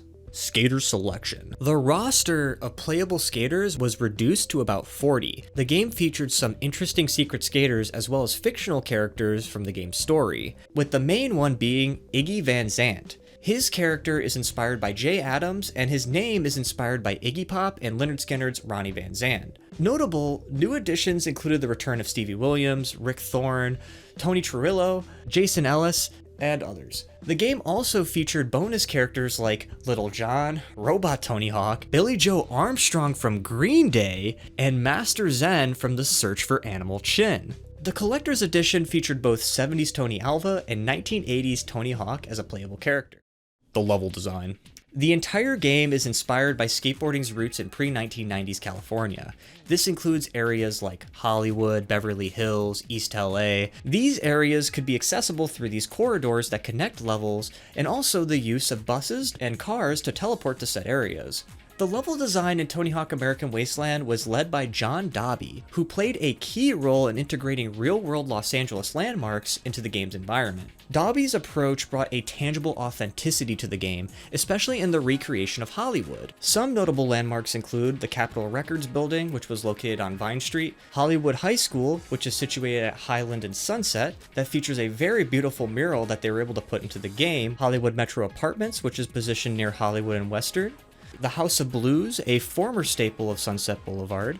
It was a legendary music venue that they decided to add. The Cat and Fiddle Pub, which is another popular one. And the Sirius Radio Building, modeled after the Church of Scientology building in Hollywood. Joe Cesaro was also credited for environment modeling, for refining and detailing levels like Van Skate Park, which is based on a real-life park located at an outlet mall in West Orange, California, called Outlets at Orange. The level design in Thaw was well received, especially with the inclusion of a more fluid day and night cycle, the Santa Monica being a great example with its use of a Ferris wheel and a roller coaster.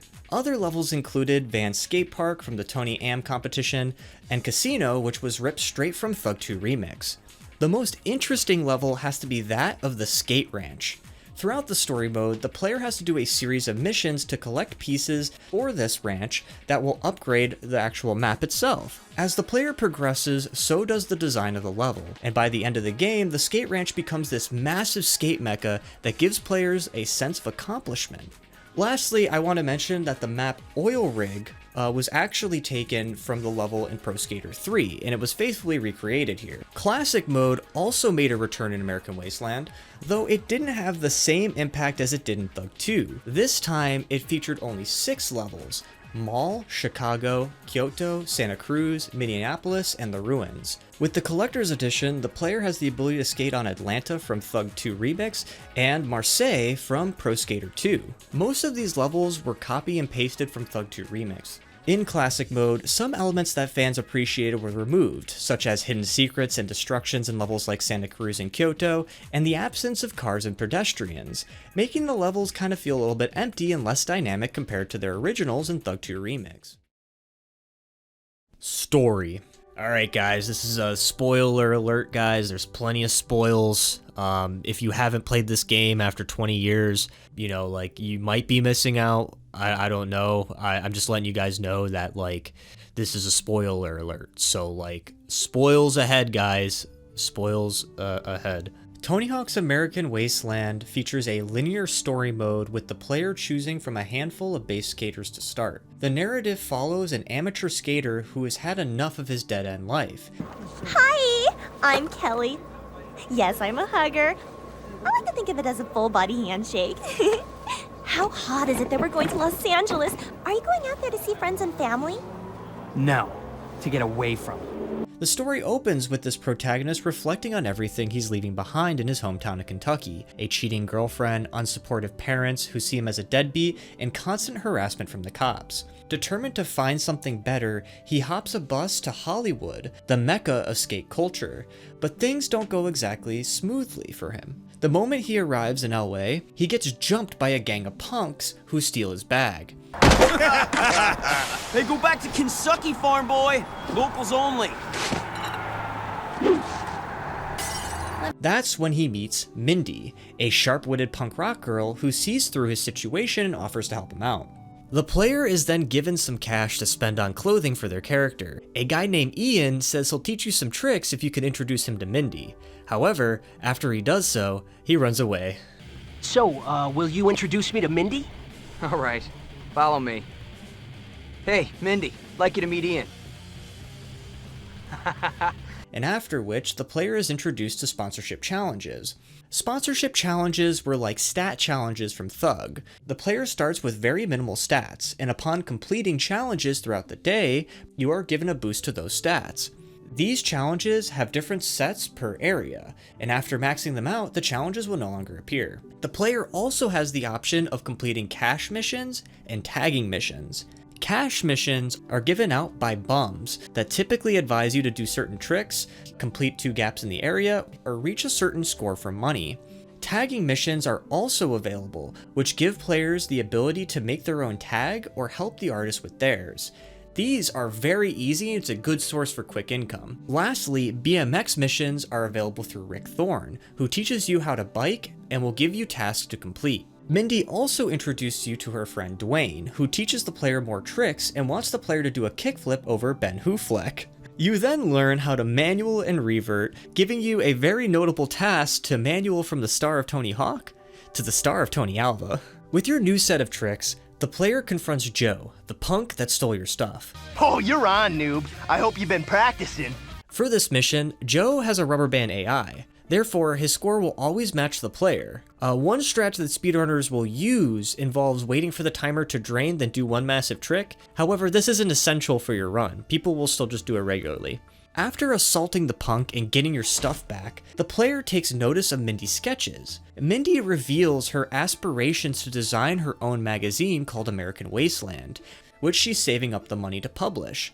The player admires the location of one of her designs, which she reveals is a local skate hotspot called the Skate Ranch, but unfortunately, it's closed to outsiders. The player begs Mindy to let him see it. Charmed, she decides to take him to Beverly Hills. However, the entrance is blocked by sheep's wool protesters. In order to get past them, the player does a series of tricks to cause a destruction of a dinosaur head to collapse and get rammed by a bus that crashes into the protest. You could also glitch in this area. There's a known glitch where you can nuzzle your skateboard through and you can get to Beverly Hills a lot faster, but you know, that's not canonical. Beverly Hills.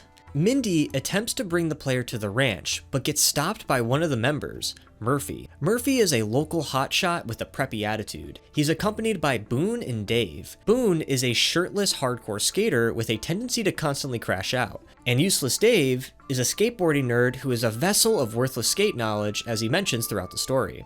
You know, Day One busted that exact same line here last year. Well, except for that head smashing into a car part.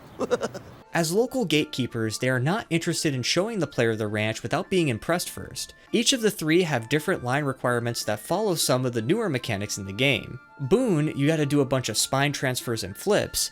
Murphy, you gotta do a wall run to not a spin. And Dave, you have to do the notorious sticker slap to manual to wall plant, which has become a meme, guys. Yeah, that's a cool fucking tray flip, but can you sticker slap to manual to wall plant?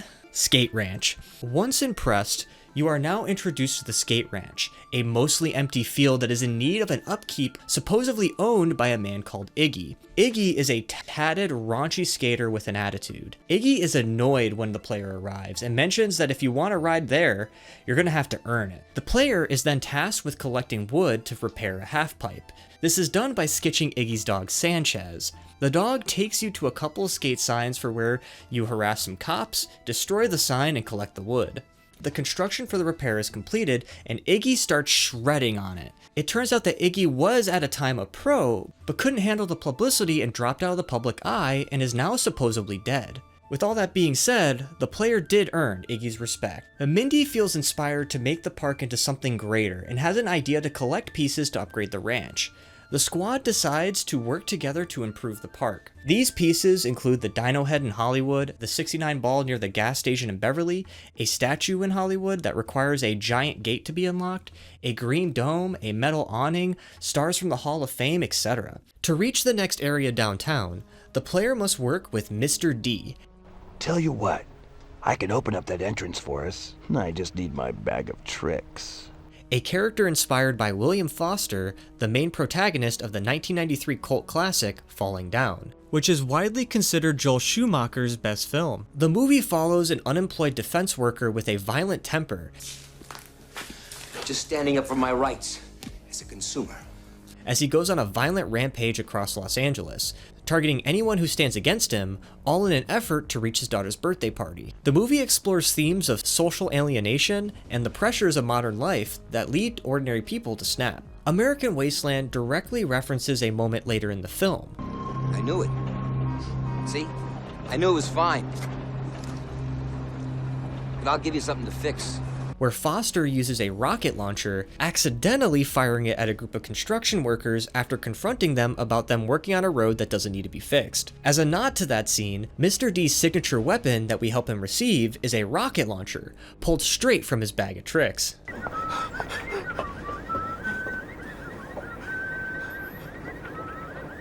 downtown. Now interested in entering the Tony Hawk AM Jam, the player must find Master Zen, a monk inspired by the character in The Search for Animal Chin. Are you talking wax on, wax off kind of stuff? No joking! You are a fool if you do not wish to learn!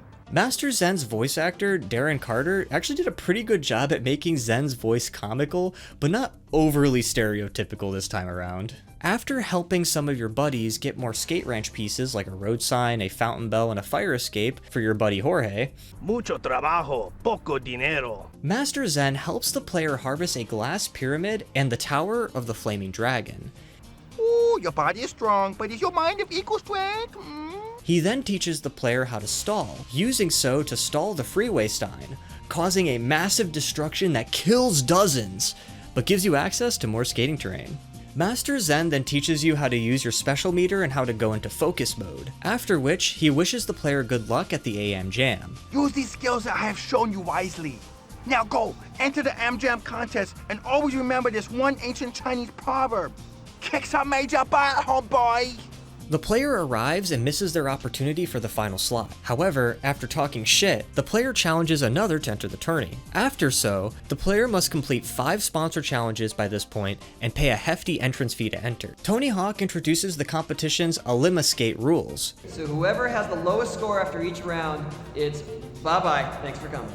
This competition has 4 rounds of single elimination, and after you win, Tony Hawk congratulates you and the player thanks his friends for all their help. Tony then asks what ridiculous trick you did during the competition, but this leads to the player mentioning that he picked it up from Iggy Van Zandt, implying that he's still alive. Player then gets a text from Mindy asking him to go back to the ranch as soon as possible. Back at the ranch, Iggy is getting arrested for a laundry list of crimes from his past. Now mourning his mistake with Mindy, he gets assaulted by a little girl. No, you're the dumbass who got Iggy thrown in jail. I hate you! Oh, what the? In order to rescue him, Mindy asks you to find the Z-Boys in Santa Monica. And in order to get to Santa Monica, you have to get past a bunch of cops that are barricading the area. Player then meets a non-conformist skate club member. Do? Yes, you are the poster boy for corporate America, the everyman for a generation of slaves with white collars. Advertising has you chasing the American dream. Think for yourself. Don't let the television think for you. That says he will help you if you prove yourself. And it all begins by ditching your shirt and shoes. What did you do with my clothes?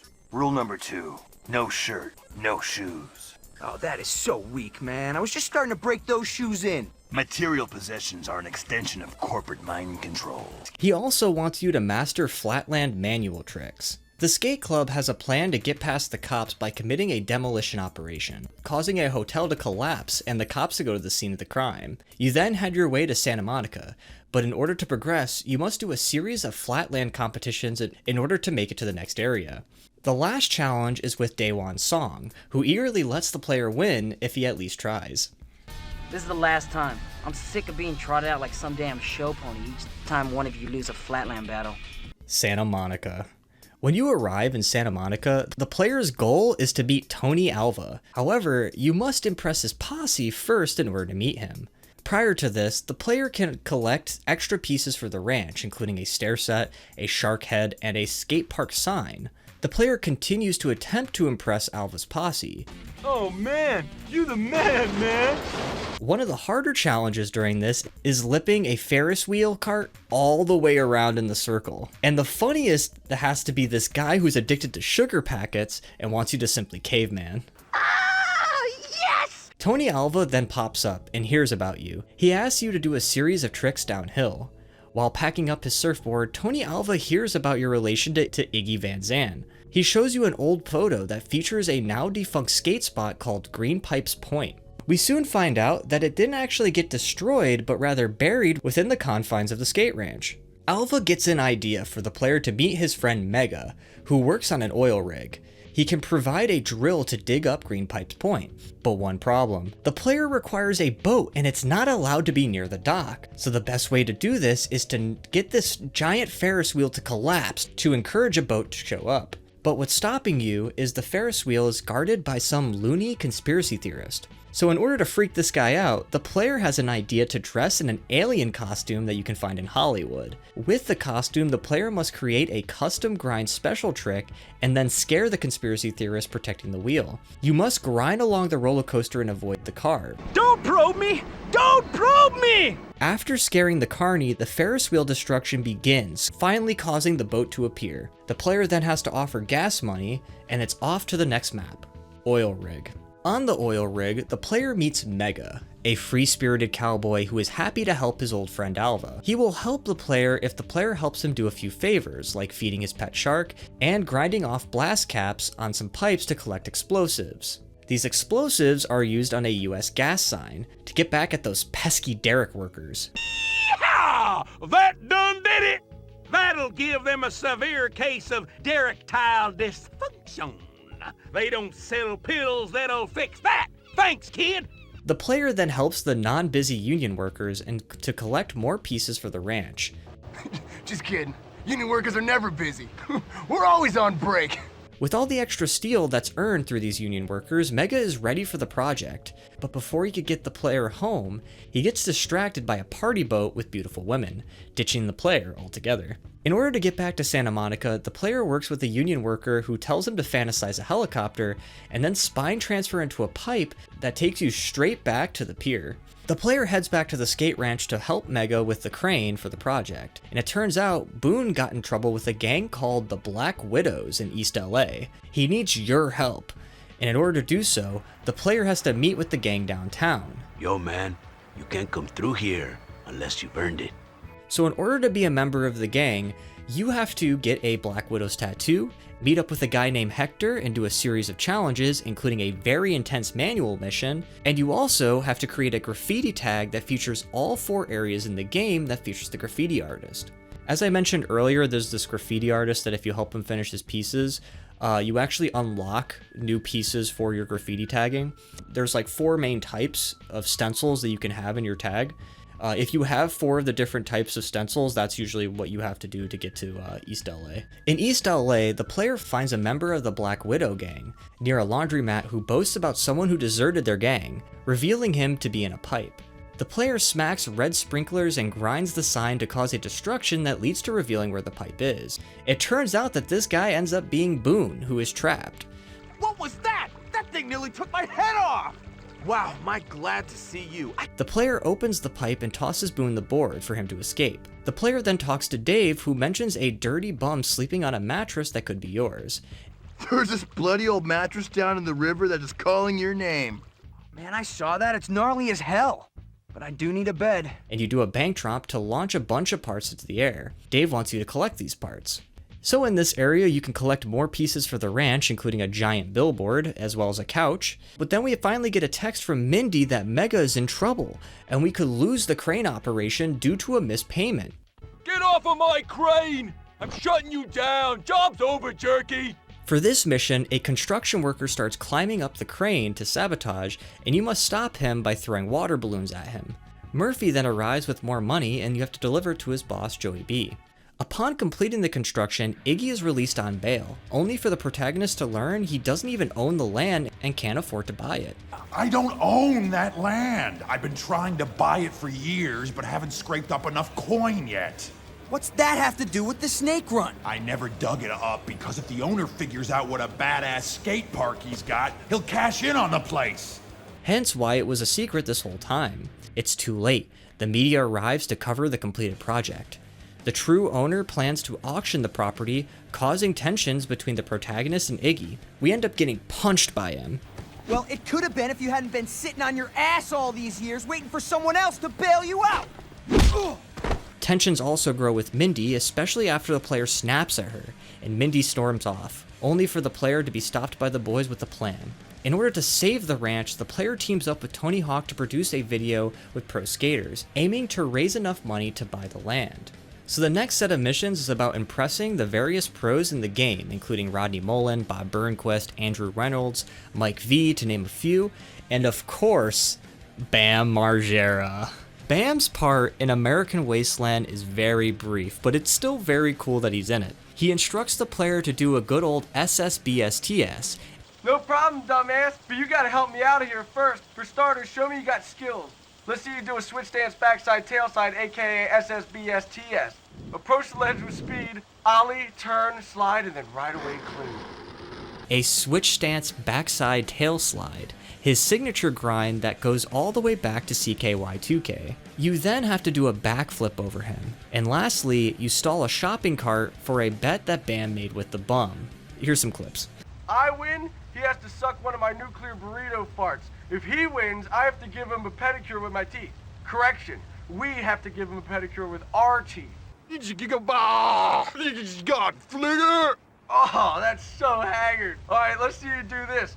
Once the cart gets rolling, bust a stall on it and then land some tricks. This thing's gonna be hauling ass, so hang on. Awesome, that was ridiculous. Dude, you got some serious hell coming your way. Incoming! Once completed, the video is about ready, with pre-orders already lined up. The player recommended ending the video with something big, and Dave recommends the abandoned casino. Iggy then appears with a change of heart to be a part of the video. If I'm gonna get my skate ranch back, I gotta quit sitting on my ass waiting for someone else to bail me out. Know what I'm saying? Plus, I suppose you don't need to have two people staying pissed off at you. Have you seen her? Yeah, she's still bumming over you. But hey, she's a tough chick. She'll get over it. The player pays a taco truck woman to drive into the gate blocking the casino to give you access. The whole casino level is basically a rip of Las Vegas from Thug 2 Remix. The player collects the last pieces for the ranch as well as the last footage for the video. Get special, then transfer your special powers by skating back and forth over your white boyfriend, dumbass. All right. Don't get all Kung Fu Jackie Chan on me and stuff. Yo, whack job. Who are you talking to? For the final mission, you have to skate from the casino all the way to the skate ranch, all by evading the cops. This pursuit involves a helicopter, and you are also given checkpoints. In the end, the skate ranch is purchased, securing its place as a skateboarding sanctuary. The protagonist makes amends with Mindy, and the two share a heartfelt moment, marking the successful completion of the journey from rookie to respected local legend. American Wasteland's story sets it apart by grounding the player in a mission with a tangible purpose, starting from scratch in a way that's different from Thug 1. The story captures the rebellious DIY ethos central to skateboarding culture. The cast of characters, each with a distinct personality and punk-like style, enriches the story by making it feel real. Thaw successfully embraced skateboarding roots, and that's the whole point of all this. While some would see Bam Margera's absence as odd, it actually makes kinda sense, considering Bam does not travel to California often and has stated before that he prefers Philly. Still, his addition was welcoming. Difficulty. The difficulty in Thaw can go unnoticed in the story mode for the most part, but intermediate in the classic mode. Classic mode is only a challenge if you're unable to reach scores closer to 1,000,000, or if you can't find certain objectives. In the story, the biggest differences in difficulty are the parametrics for sponsorship challenges, money requirements, and the sensitivity of manuals and grinds, which at some point can be tricky, such as the Black Spider manual mission in downtown.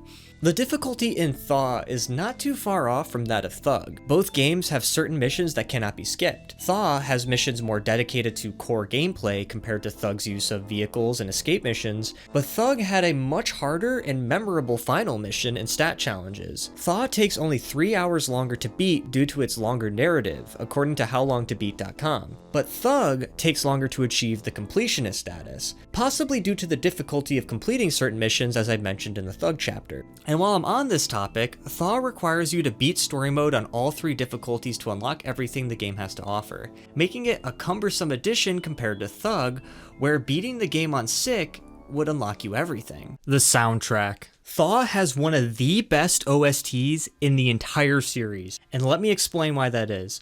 Thaw featured 63 songs on its soundtrack, with punk and alternative dominating most of it. I'd say the weakest part of the OST has to be its hip-hop selection, being limited to only 9 tracks, with some not even being rap-based. However, it still had some bangers, like Del and Hieroglyphics' track Burnt, I can't say that word, Public Enemy's Burn Hollywood Burn, and an underground classic What's Up Fat Lip. I love What's Up Fat Lip because his vibe is more self-deprecating and aware than your typical ego-based rap, so I dig that. Thaw's hip-hop drifted more towards turntablism and synthesizers like Moleman's track Put Your Quarter Up and LP's Junkie Skate Rock, a track where the dude goes off on a tangent about someone talking shit to him, as well as Rob Sonic's Sniper Picnic. Electronic and experimental music gets pulled into the hip-hop category with Prefuse 73's track End of Biters, which is actually mislabeled as One Word Extinguisher, and Tommy Guerrero's track Orgasm. A lot of great alternative and indie rock was in this game.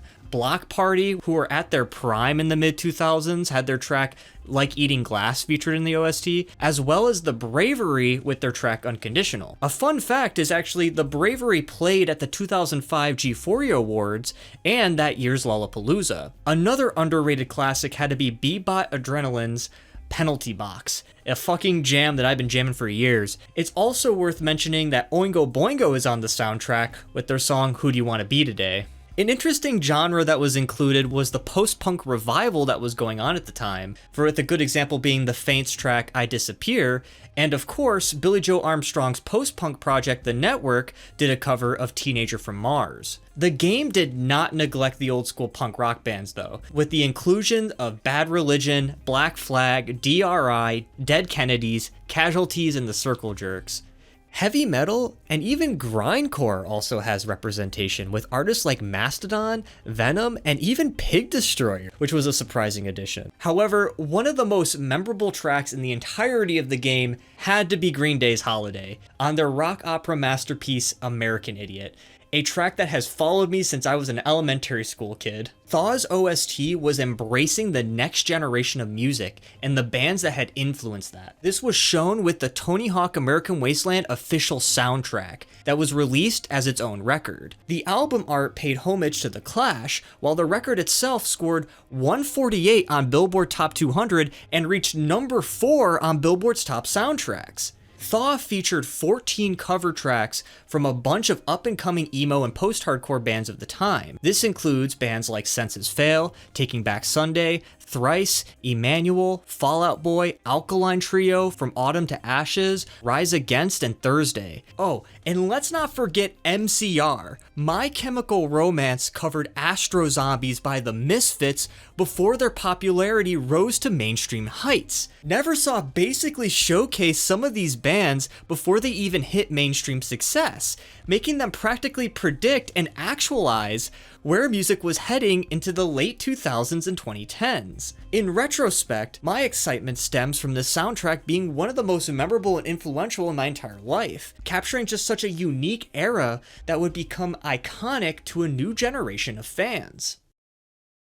Online community. American Wasteland struggled to reignite the community enthusiasm that had peaked during Pro Skater 4. As the community lost interest, many prominent sites began to shut down, including TXO's own website. The last major tournament hosted by the team was TICC Deus, held on the Creative Review website. By 2006, even the iconic ThugX Online closed its doors, marking the end of an era. However, when the release of Pro Skater HD was approaching in 2012, there was a surprise resurgence of interest, which led some parts of the community, including TXO, to reignite and revive the passion for the series. This was short-lived considering Robomoto's execution of Pro Skater HD being lackluster and buggy. I'll talk more about that in the next chapter, the final chapter. Reception. While Thaw didn't receive terrible reviews, the response was lukewarm compared to previous entries, placing it in the C tier category across many outlets. Much of the criticism centered on the game's advertising as a one large Los Angeles experience, which fell short of expectations. GameSpot notably described the game as shockingly easy, feeling as though the majority of it was just an extended tutorial rather than a challenging experience. This perceived lack of innovation not only disappointed fans, but also impacted the series' reputation in both the community and the media. And that leads to personal experience. Thaw stands out as one of the most unique and compelling entries in the Tony Hawk series. What makes it especially interesting is its story and creative direction, which brought a fresh perspective to the franchise. Unlike earlier games that centered around a clear antagonist or a personal rivalry, American Wasteland delivered a narrative that felt more like an allegory for passing the torch, like a celebration of skate culture's roots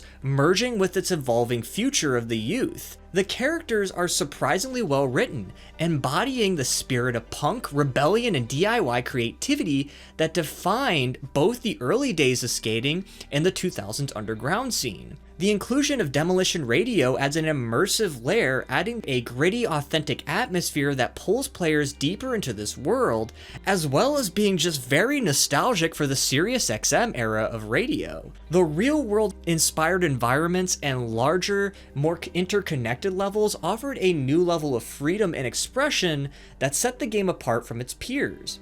In many ways, the narrative complexity and charm of Thaw rivals that of Thug 1, but instead of reshaping the single antagonist formula, it presents a broader story about building something meaningful out of chaos, reflecting themes of legacy, collaboration, and creative rebellion. That being said, Thaw still had its shortcomings, especially when it came to level liveliness and overall world design. While the levels were bigger and better than ever, some areas like East LA just felt oddly empty. It felt like it was lacking activity. When you compare this level design to LA's design in Pro Skater 3, you realize how much more empty East LA is in Thaw. Pro Skater 3's LA had much more going on, with its traffic, crime, and contrast of high class and disheveled infrastructure, while East LA just feels too empty to be a realistic dystopia. While the concept of one large seamless level was ambitious and innovative for its time, it fell flat due to the numerous corridor transitions that acted as disguised loading screens.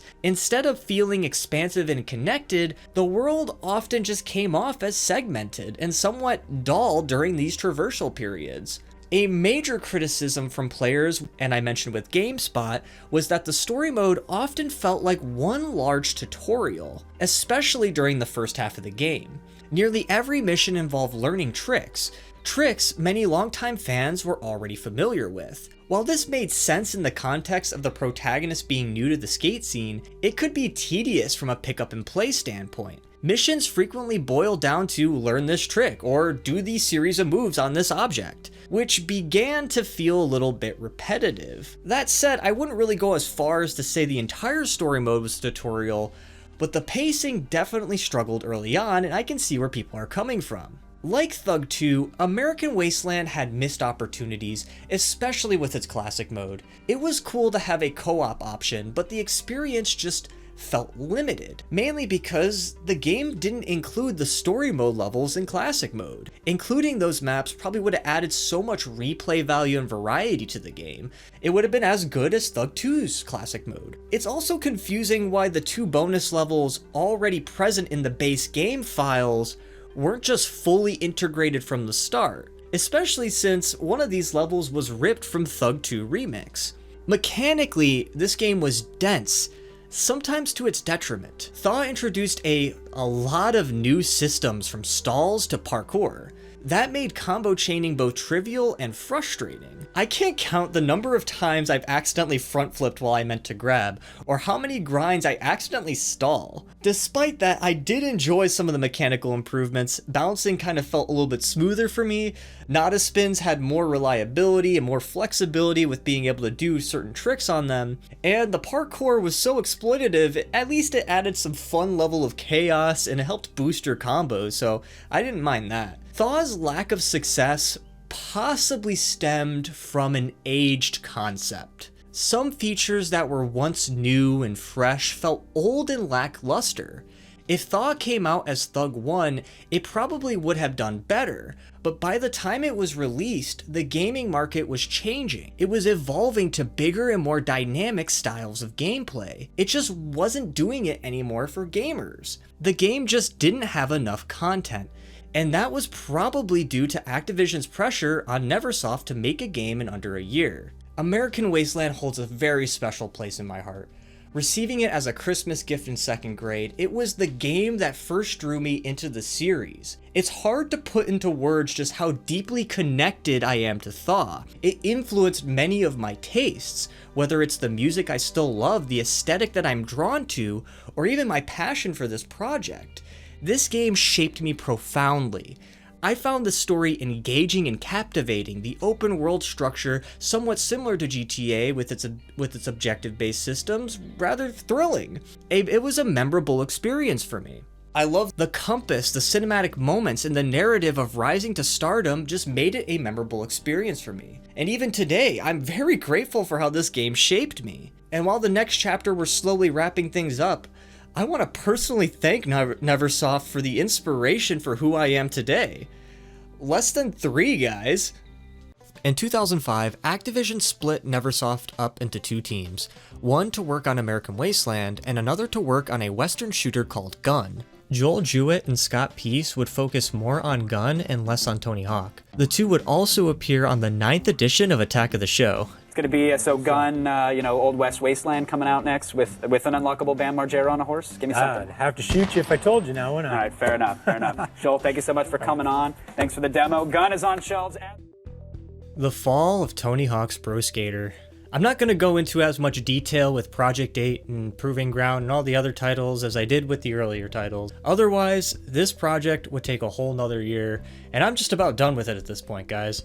That's not to say these games were completely bad, but by this point, the series had clearly lost some of its prestige, especially with some hardcore fans.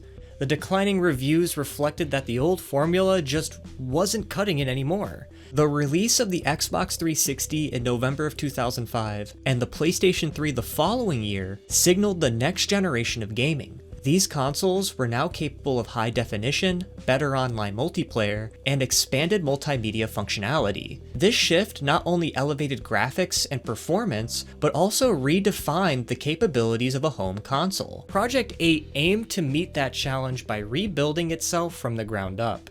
Project 8 introduced a brand new engine, updated animations, and a completely overhauled interface. Much of what was introduced in Thaw was stripped back or reimagined completely. The game kept the open world concept, but tried to make it feel more organic. The main goal is working your way up from rank 200 to join Tony Hawk's elite Project 8 crew. As you climb the ranks, more challenges, pro skaters, and new world sections would unlock. Challenges were found by talking to highlighted NPCs or interacting with marked spots that would say grind or stall, and you would do them. New mission types included the Nail the Trick, a slow motion board manipulation system that they added, film shoots, and even a hospital bill mechanic similar to Hall of Meat in the skate games. All objectives featured 3 difficulty levels, with Sick being the hardest. To reach rank 1, you had to master these sometimes ridiculous level challenges. Personally, I found Project 8's difficulty more frustrating than rewarding. Some objectives were absurdly punishing, far beyond what felt fair and fun. The pacing took a blow in Project 8, requiring the player to use a compass to find challenges and start them manually, rather than simply using the menus to teleport yourself to these objectives. While the ambition was there, Project 8 left out a lot. The menu system was bare bones, stripping out many beloved features. Aside from a basic create a skater mode, which that in itself felt pretty stripped down, there was no create a deck, no create a park, and not even a create a trick option, which was replaced by the nail the trick option. Online multiplayer was included, but it was limited to 8 players and only available to specific areas on the map and not one big open world. But perhaps the biggest flaw in the game was its own physics engine.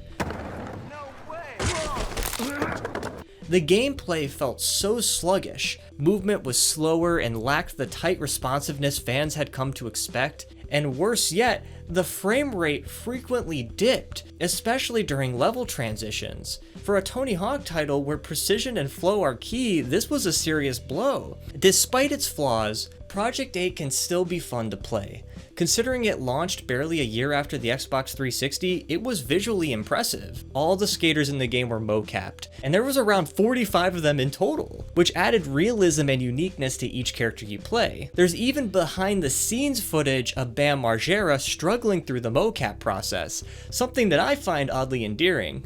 Yeah, do a 360 to Biggie Rock. Like, well, I have like 5 balls all over my shoes. I don't know if I can. Bam himself appears in the game with a revamped corporate goth rock aesthetic that evolved from his rock flare aesthetic that I mentioned earlier in the series. In one mission, you meet him on top of a power plant in the ruins and are tasked with launching into a dumpster because pain can pay the bills. Good job, slacker. Now it's time to wreck yourself. Pain can pay the bills. Trust me. The nail a trick feature that I mentioned earlier actually stood out as a well-accepted mechanic. The slow-mo camera and the twin-stick board controls offered a fresh take on trick creation and would become a staple in the next title. Reception for Project 8 was mixed to positive. Many praised the updated visuals, streamlined objectives, and trick system. Others were critical of the performance issues, vague challenge descriptions, unforgiving difficulty, and a narrative that didn't leave much of a mark. With console versions, particularly the PlayStation 3, scoring as low as 7.3 and even 2.5 stars in some cases, while the PSP version fared worse with ratings around 6.2. It is worth mentioning that there were significant differences between the different platforms. They did make Project 8 for the PlayStation 2 and the original Xbox, which used a gameplay model closer to Pro Skater 4. And also, yeah, there was a PSP version that actually had a really fun classic mode that a lot of people praised. Tony Hawk's Proving Ground. Tony Hawk's Proving Ground attempted to pivot away from large-scale world building, opting instead for a tighter focus on individual urban environments. The game emphasized player freedom, encouraging skaters to progress at their own pace and style, much like Project 8 or Pro Skater 4. The gameplay loop offered more variety than past entries by offering more activities and OC characters. One of the game's key structural changes was categorizing professional skaters into 3 distinct archetypes: hardcore, rigor, and career. Each path provided a different style of gameplay.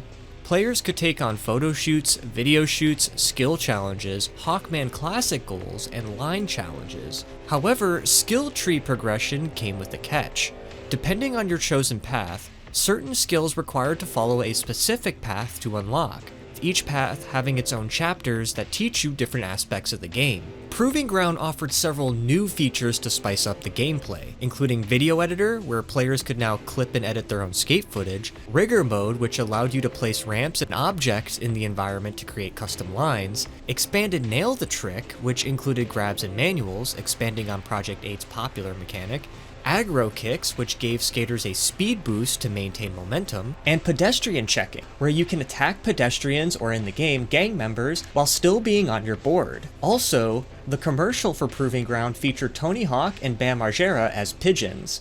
That's the craziest thing I've ever seen. Hi, I'm Tony Hawk.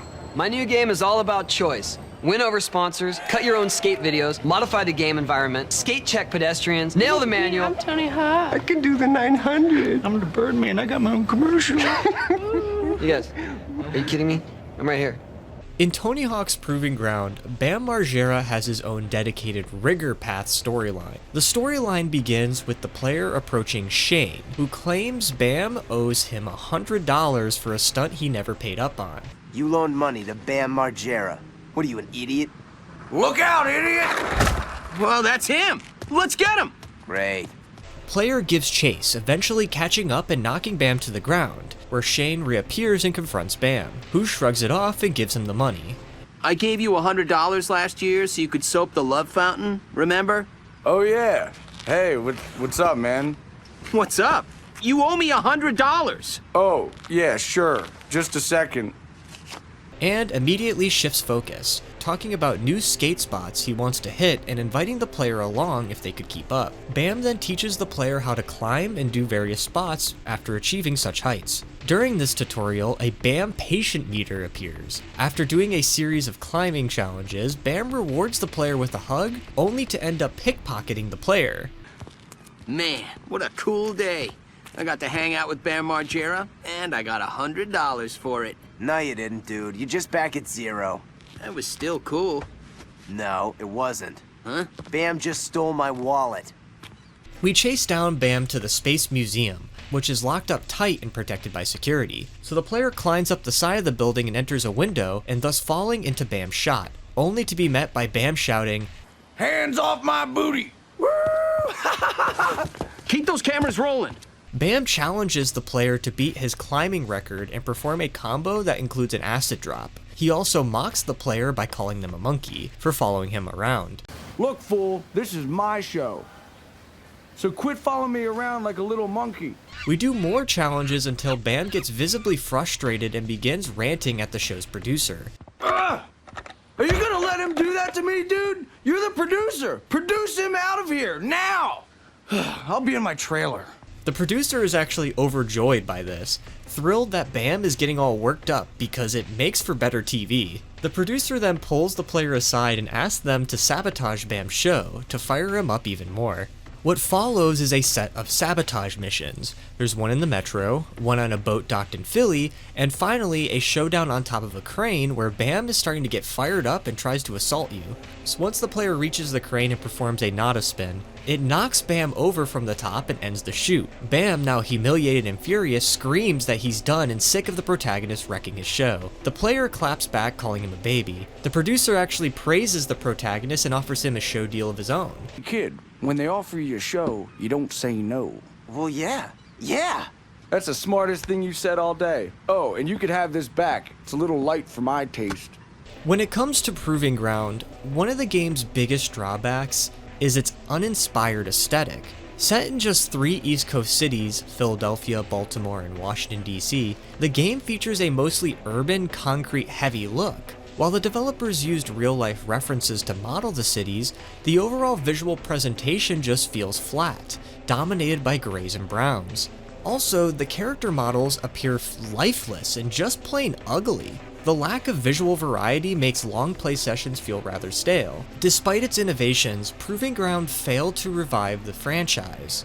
The game is just slow, often repetitive, and its steep difficulty makes achieving 100% quite frustrating. That said, Proving Ground isn't without its fans. Many admire its ambitious video editor and part creation tools, especially the use of the iconic warehouse area. It's compared by some to be an underrated gem, and its divisive legacy reflects a transitional moment for the series, trying to innovate, but perhaps too late. Every skater has a story. Create yours. Oh man, that's too bad. Hey, we should go crap in someone's soup.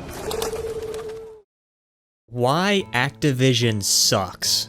By the time Project 8 was released, the Tony Hawk series had brought in approximately $1.2 billion in revenue for Activision. According to the MPD Group, a global market research company, Project 8 was the 10th best in software sales in December of 2006, with Madden 07 being at the top and just below SVR 07, a record that had been achieved for the 8th consecutive year. By 2009, that number would grow to $1.6 billion. Activision was growing rapidly, finding success with the Call of Duty series, particularly Call of Duty 3 in 2007, which was the 3rd best-selling console game in the US.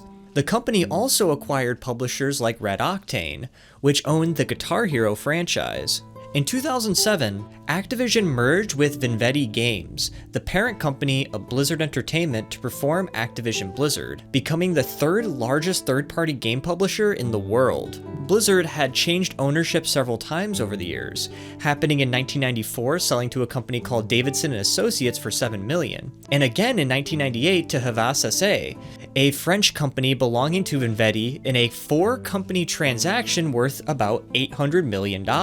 But by 2002, Blizzard accounted for 10% of Vivendi's revenue thanks to the success of StarCraft, Diablo 2, and Warcraft 3. By July 10th, 2008, the merger was finalized, creating Activision Blizzard, a $9.85 billion deal that gave Vivendi a 52% majority share in the company. However, Activision would start by dropping several of Invetti game properties, citing they would not make a good fit for the company's long-term strategy. These included games like Brutal Legend, Wet, 50 Cent Blood on the Sand, Chronicles of Riddick, and World in Conflict Soviet Assault.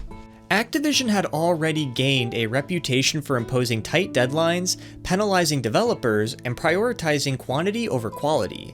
Its corporate culture often stifled creative freedom, with studios expected to meet aggressive demands or face being shut down, affecting studios like Bizarre Creations, a company known mostly for the Geometry Wars series as well as Project Gotham Racing. Activision acquired Bizarre Creations in 2007. Bizarre cited on their website that this wasn't actually due to financial trouble, but rather access to better resources, even mentioning Activision was taking on a hands-off approach for the developer.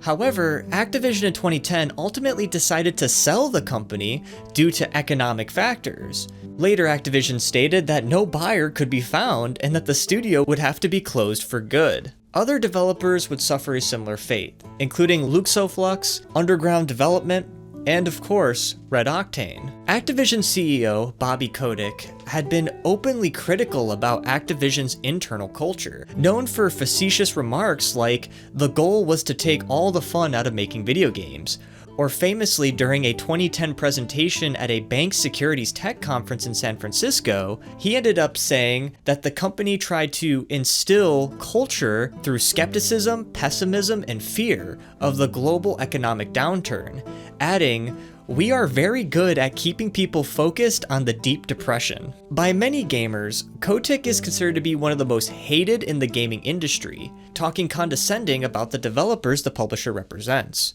You know, it's a hits business, but you still are looking at 90% of the hits are based on proven franchises. So right. We're on Guitar Hero 3. Right. And Guitar Hero 4 and Guitar Hero 5 and whatever the evolution of Guitar Hero 103. They will always be successful. You still need innovation. And what people sometimes forget is that a franchise can be a great roadmap for innovation. Right. Because you know what the property represents, you know what its core values are, right. You have a lot of insight into the audience. It actually gives you a greater platform for innovation than something that you're creating from the ground up. He has also stated, "You have studio heads who 5 years ago didn't know the difference between a balance sheet and a bed sheet, who are now arguing allocations in our CFO's office pretty regularly." Of course, mentioning to the fact that his incentive program rewards profit and nothing else. The most notable of developers to have been affected by this were both Bungie and Infinity Ward.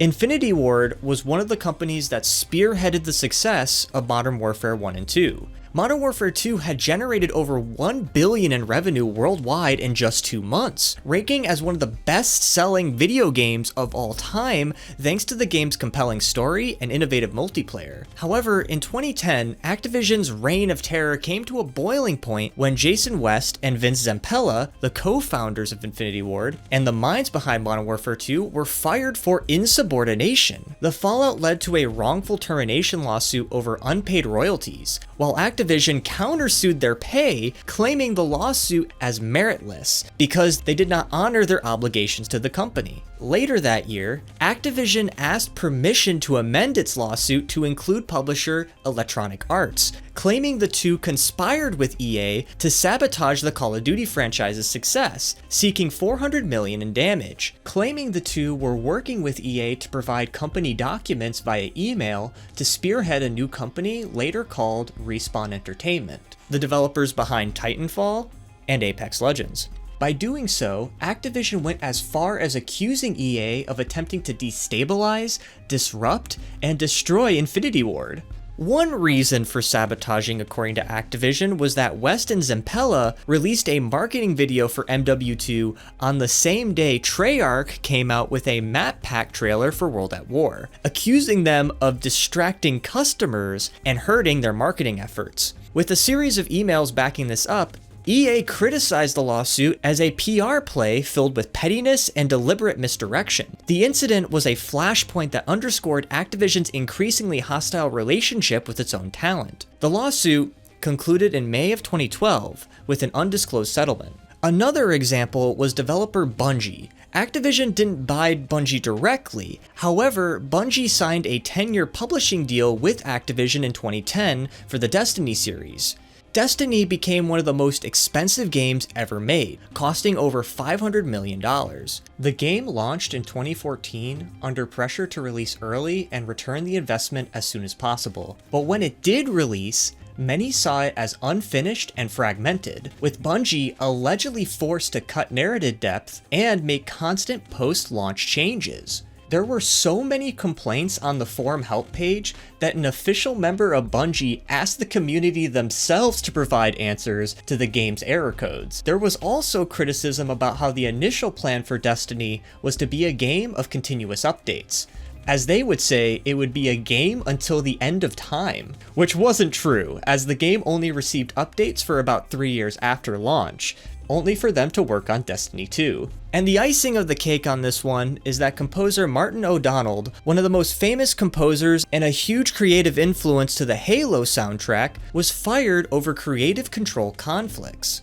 Neversoft faced similar pressures from Activision. The studio laid off 25% of its staff in 2010 due to declining Guitar Hero sales. After poor performance of Guitar Hero's Warriors of Rock, Neversoft was downsized to support Call of Duty projects, including Modern Warfare 3's Chaos Mode and Ghost's Extinction Mode. The studio merged into Infinity Ward and it was officially closed on July 10th, 2014. Scott Peace and Joel Jewett both retired around this time. I mean, your company's name is synonymous with Guitar Hero. How can you pull the plug on that? What's the strategy? I mean, do you not want your name to be synonymous with this game any longer, or tell us more about that? Well, I'm not really sure our name, Activision Blizzard, is synonymous with any individual product. Hopefully it's an imprimatur of quality. But Guitar Hero, we had 3 fantastic products in the marketplace in this genre this year. Our 2 games, DJ Hero 2 and Guitar Hero, the new Warriors of Rock. And then we had Rock Band did a terrific game, but it's just not a category that's getting consumers enthusiastic right now. And so I think you need to focus your resources on the things that really get consumers excited. The Skate series, Tony Hawk's Proving Ground marked the final game in the franchise developed by Neversoft, the studio that had helped define skateboarding in video games for nearly a decade. But by the time Proving Ground hit the shelves in late 2007, the series was no longer the top dog. While still offering innovations like the expanded Nail the Trick system, video editor, and rigor mode, it just didn't feel fresh anymore. It felt like a game caught between generations. More polished than Project 8, but it was nowhere near as forward-thinking as Skate. 1 month prior, EA's Skate had dropped, and it changed everything. The original Skate did what Tony Hawk's Proving Ground did back in 1999. It revolutionized the genre. While Proving Ground was still clinging to its arcadey roots, Skate brought a more bold, realistic style of gameplay. Its flick-it control system was fresh and intuitive, using the analog sticks to mimic the footwork of actual skateboarding. It was a game that respected the challenge of the sport and not just the style. Where Proving Ground offered structure and categorizing progression via paths, Skate provided an open-world playground, letting you learn and explore on your own terms. The city felt more alive in Skate than in any other Tony Hawk game. The camera was low and cinematic, as if filmed by a friend with a fisheye lens. And I'll be honest, my first experience with Skate was pretty rough. Coming from a Tony Hawk Pro Skater background, the controls felt pretty stiff at first, especially compared to the responsive button mashing I was used to. But once it clicked, it really did click. After a few days, I started to master the flick-it system, which was actually quite rewarding. Even just doing a clean kickflip down a stair set just felt straight up fun. Skate's difficulty wasn't artificial. It mirrored the learning curve of real skateboarding, where repetition and failure was a part of the journey. The satisfaction came from small victories, grinding a handrail cleanly, hitting a line with flow, or just pushing through and avoiding traffic. Skate 1 also introduced a new physics engine that aimed for realism in every trick, bail, and collision. Skate 1 wasn't perfect. Some animations were a bit weird, you couldn't get off your board, which made maneuvering more complicated, and a lot of the glitches were a bit jarring. But Skate did lay the foundation for 2 additional entries in the series. Following the success of the first Skate game, EA released Skate 2 in 2009 and Skate 3 in 2010. And honestly, Skate 3 still holds up today. Few skateboarding games have matched its pick up and play appeal, its satisfying physics, or its meme-worthy charm. It struck the perfect balance between realism and fun, something that the Tony Hawk series was struggling to recapture until its remasters. The fall of the Pro Skater series. Around the same time, in fall of 2006 marked the release of Tony Hawk's Downhill Jam, released for the DS, Game Boy Advance, Wii, and in 2007, the PlayStation 2. The console version was created by Toys for Bob, who also developed Disney's Extreme Skate Adventure, a 2003 Pro Skater clone using the Disney universe with Pro Skater 4's engine. The gameplay in Downhill Jam followed more of a SSX point A to point B downhill formula. The game was appreciated for its pick-up and play vibe that felt pretty solid to play. However, it was criticized for poor graphics and not staying exciting for veteran players. Downhill Jam just felt too far from the old school Tony Hawk games due to its cartooniness, but what I admired about the game was its cast of interesting characters and comical writing. Have you ever noticed that everyone calls Tony Hawk Tony Hawk? Yeah, I mean, that's his name. But it's never just Tony. It's always Tony Hawk. Interestingly, the DS and Wii versions managed to fare better, taking advantage of their hardware more effectively compared to the PlayStation 2 version, which was ported the following year, concurrently with Project 8, which possibly contributed to poorer reviews. To wrap things up, let's break down the downfall of the Tony Hawk series as simple as possible. What went wrong? In short, the Neversoft formula stopped working. The next-gen consoles introduced new challenges, and Neversoft faced stiff competition from EA's Skate series, and a lot of pressure from Activision to get these titles done yearly. And around the same time, Activision found more success with Guitar Hero and reassigned Neversoft to work on that franchise. This transition even involved AndyTHPS to work on the Guitar Hero series, working as a drummer and a tester for the game. With Neversoft preoccupied, Activision turned to a new developer to breathe life into the Pro Skater series, and that was Robomoto. Robomoto was founded by Josh Sui, who was known for his work on Mortal Kombat as he modeled Liu Kang. A skateboarder in his youth, Josh assembled a team of former EA Chicago employees to create a fresh entry for Activision, and in 2008, Robomoto officially began development on Tony Hawk Ride, a peripheral-based game that used a skateboard controller. The concept was ambitious and innovative, but it was plagued with flaws. There was long loading times, occasional unresponsive controls, limited features, and a hefty $120 price tag during the American recession. These issues turned Tony Hawk Ride into a symbol of the series' decline. By the time Tony Hawk Shred was released, the series' reputation was in ruins. This led to layoffs, budget cuts, and a tarnished legacy. Robomoto continued with Pro Skater HD in 2012, which aimed to revive the series. It even led to the community being curious about this revival. Tony Hawk himself announced Pro Skater HD at the 2011 Spike Video Game Awards. People were pretty hyped about this. However, upon release, the game was a joke. Some levels from the original Pro Skater was missing. The game lacked bail recovery animations. There was no split screen support, and the skate letters were displayed left to right as opposed to up and down. And also, no skate videos were in this game. And the weirdest part, the rail balance bar wasn't even in the original Pro Skater, as well as manuals and reverts, yet they decided to put them in the game anyway. While Pro Skater HD was playable, its reputation turned into the game being a complete joke. The game mechanics were awful, and there were so many glitches that the community was just straight up outraged. The game since 2011 has been delisted from Steam, and just like its soundtrack, the game was a bomb that was about to blow up. Pro Skater 5.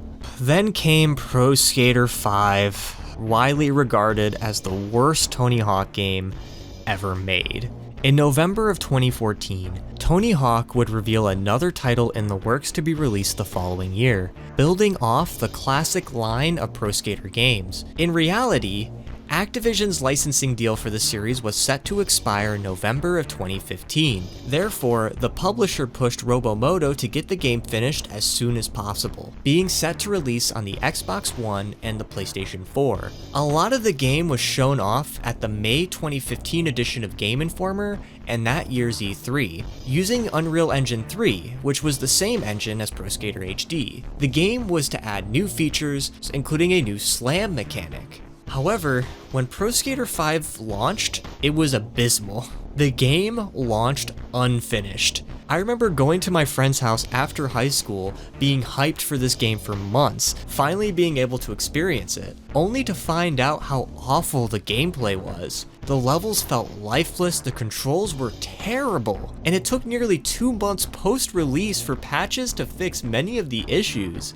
The game even required a 0-day patch that was bigger than the game itself to fix a glitch that made the game unplayable past the first level. Pro Skater 5 was an absolute joke that made a mockery of the Pro Skater series, and this was all thanks to Activision's pressure on Robomoto to release a prematured, crashed out game that had very little quality to it. Pro Skater Remasters. It wasn't until 2020 that the series saw redemption with Tony Hawk's Pro Skater 1+2, developed by Vicarious Visions. This studio, which had worked on the core series during the Neversoft era, brought back former employees, including Andy, to influence the remake. Pro Skater 1 and 2 received widespread acclaim for its faithful recreation of the original games while modernizing features. Players could now earn money to customize their characters through challenges, and the game addressed many issues that plagued Pro Skater HD. Personally, I enjoyed my experience playing Pro Skater 1 and 2. While the game felt a bit short, it was still rather visually appealing and had a lot more going for it than Pro Skater HD. It felt a lot more authentic and it showed a lot of potential for these remasters. But sadly, Vicarious Visions was absorbed into Blizzard Albany in 2022, halting any plans for an HD remake of Pro Skater 3 and 4, at least until 2024. Pro Skater 3+4. After Vicarious Visions was merged into Blizzard Entertainment, the Pro Skater remaster for 3 and 4 was given to a developer known as Iron Galaxy in 2024 to restart the creation process of an authentic remaster of Pro Skaters 3 and 4. Activision threw a lot of money into marketing of this title. It was featured as a teaser inside Black Ops 6, it released 3 waves of music via Spotify playlists, and there was even a partnership with Taco Bell in June of 2025 to offer an app-exclusive Cravings box that would offer codes to unlock exclusive content in the game as well as game demos. The game honored the legacy of the Pro Skater games by adding over 30 playable skaters, both old and new, into the series. It included some special skaters too, like Doomslayer from the Doom Revival, Michelangelo of TMNT, who was also a character in Pro Skater 5, and Officer Dick, who is now voiced by Jack Black. So far, the Pro Skater 3 and 4 remaster had received moderate reviews.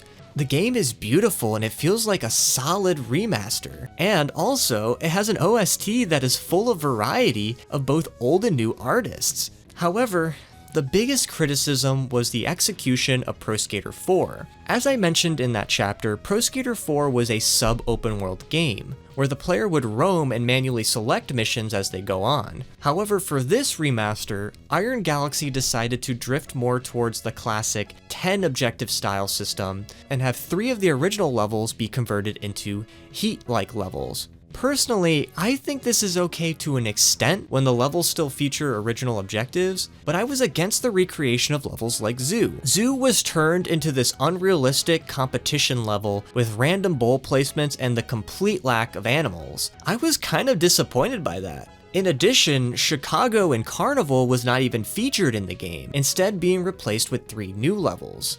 And I think, personally, Carnival should have replaced Zoo, because Zoo is probably the worst level in the entire game. While Pro Skater 3 and 4 wasn't an authentic Pro Skater 4 remaster, the game was still the best the series had made in years. I found it to be fun and worth playing. The conclusion. There's not much more I'd like to add about the Tony Hawk Pro Skater series for this project, since a lot of it isn't Bam Margera centric, and I'm kind of bored of this project. However, I felt it was important to take this opportunity to share you a piece of my childhood with you. I've always felt a deep passion for learning about and experiencing the series that Neversoft brought to life. That said, there's still many ways to enjoy a modern version of these classic titles. Thug Pro is a fan-made mod released in 2013 built on the Thug 2 engine. Its goal was to combine all the content from the mainline series and put it into a single game. This mod is packed with features, including an online mode that brought the Tony Hawk community together again and keeping the series' legacy alive. And in 2017, another community mod, Rethawed, followed, and it was even better than Thug Pro. This time, they used the American Wasteland engine, continuing the tradition of fan dedication to the franchise. It's still receiving updates to this very day, showing how much love and passion fans had for the series and how much time they're willing to put in to recreate that experience they once had. The game had mod support for customizable skaters and custom music, the ability to customize the HUD to represent every single Tony Hawk game, and has so much potential to be the ultimate American Wasteland remaster. I'd like to shout out Wojacktoter for being an up-and-coming pro skater channel who is covering these games. And also I want to give a shout out to Benedict, because Benedict has provided so much footage for this that he is truly the ultimate recorder for the Tony Hawk series. There's still a reason I needed to cover this franchise in my YouTube series. The Tony Hawk's games were a cornerstone of so many childhoods in the early 2000s. They introduced countless players to the world of skateboarding and even Jackass. Neversoft poured an incredible amount of hard work and passion into these games. The series didn't just entertain, it boosted the careers of the skaters featured, including Bam Margera. Bam had often spoken about how grateful he was to be a part of the series. It's clear the feeling is mutual among fans. Bam has recently made a lot of progress in his sobriety. He's finally skating again on the daily, and he has overcome his addiction issues that he has opened up about in the past. You know, I happen to marry a stretch coach and a model, so who hates alcohol and drugs. So it works out really good. I'm back at it. I'm on the board every day again, and my passion to skateboarding is back when I didn't think it would be. The doctor in 2013 said that my legs were like dry rotted rubber bands from alcohol abuse. And they said, reach down and touch your toes. I did. My hamstring popped and I was out for a year. So that's how bad of a drinking bender I was. To a point where he was finally able to be added to Pro Skater 3 and 4 at the very last minute, now being a playable skater once again. There has been many interviews that have come from this news, with Bam even mentioning that he would miss flights due to his Pro Skater addiction. The second Tony Hawk game, I was so obsessed with playing the game that I was missing flights over it. You're gonna miss another flight. I'm like, shut up, I'm gonna win. The success of these games helped him thrive during an already busy period in his life. He's not the only one who had benefited from the series' impact, though. It's a legacy that continues to inspire and connect people to this very day. And I'm Uncle Unbaited, and thanks for watching. Shout out to all the free Uncle Unbaited patrons. Also, shout out to my paid members, Dinky My Winky, Ffom, and BurgundyRed. You guys are awesome. I love you guys. I'm gonna marry all of you.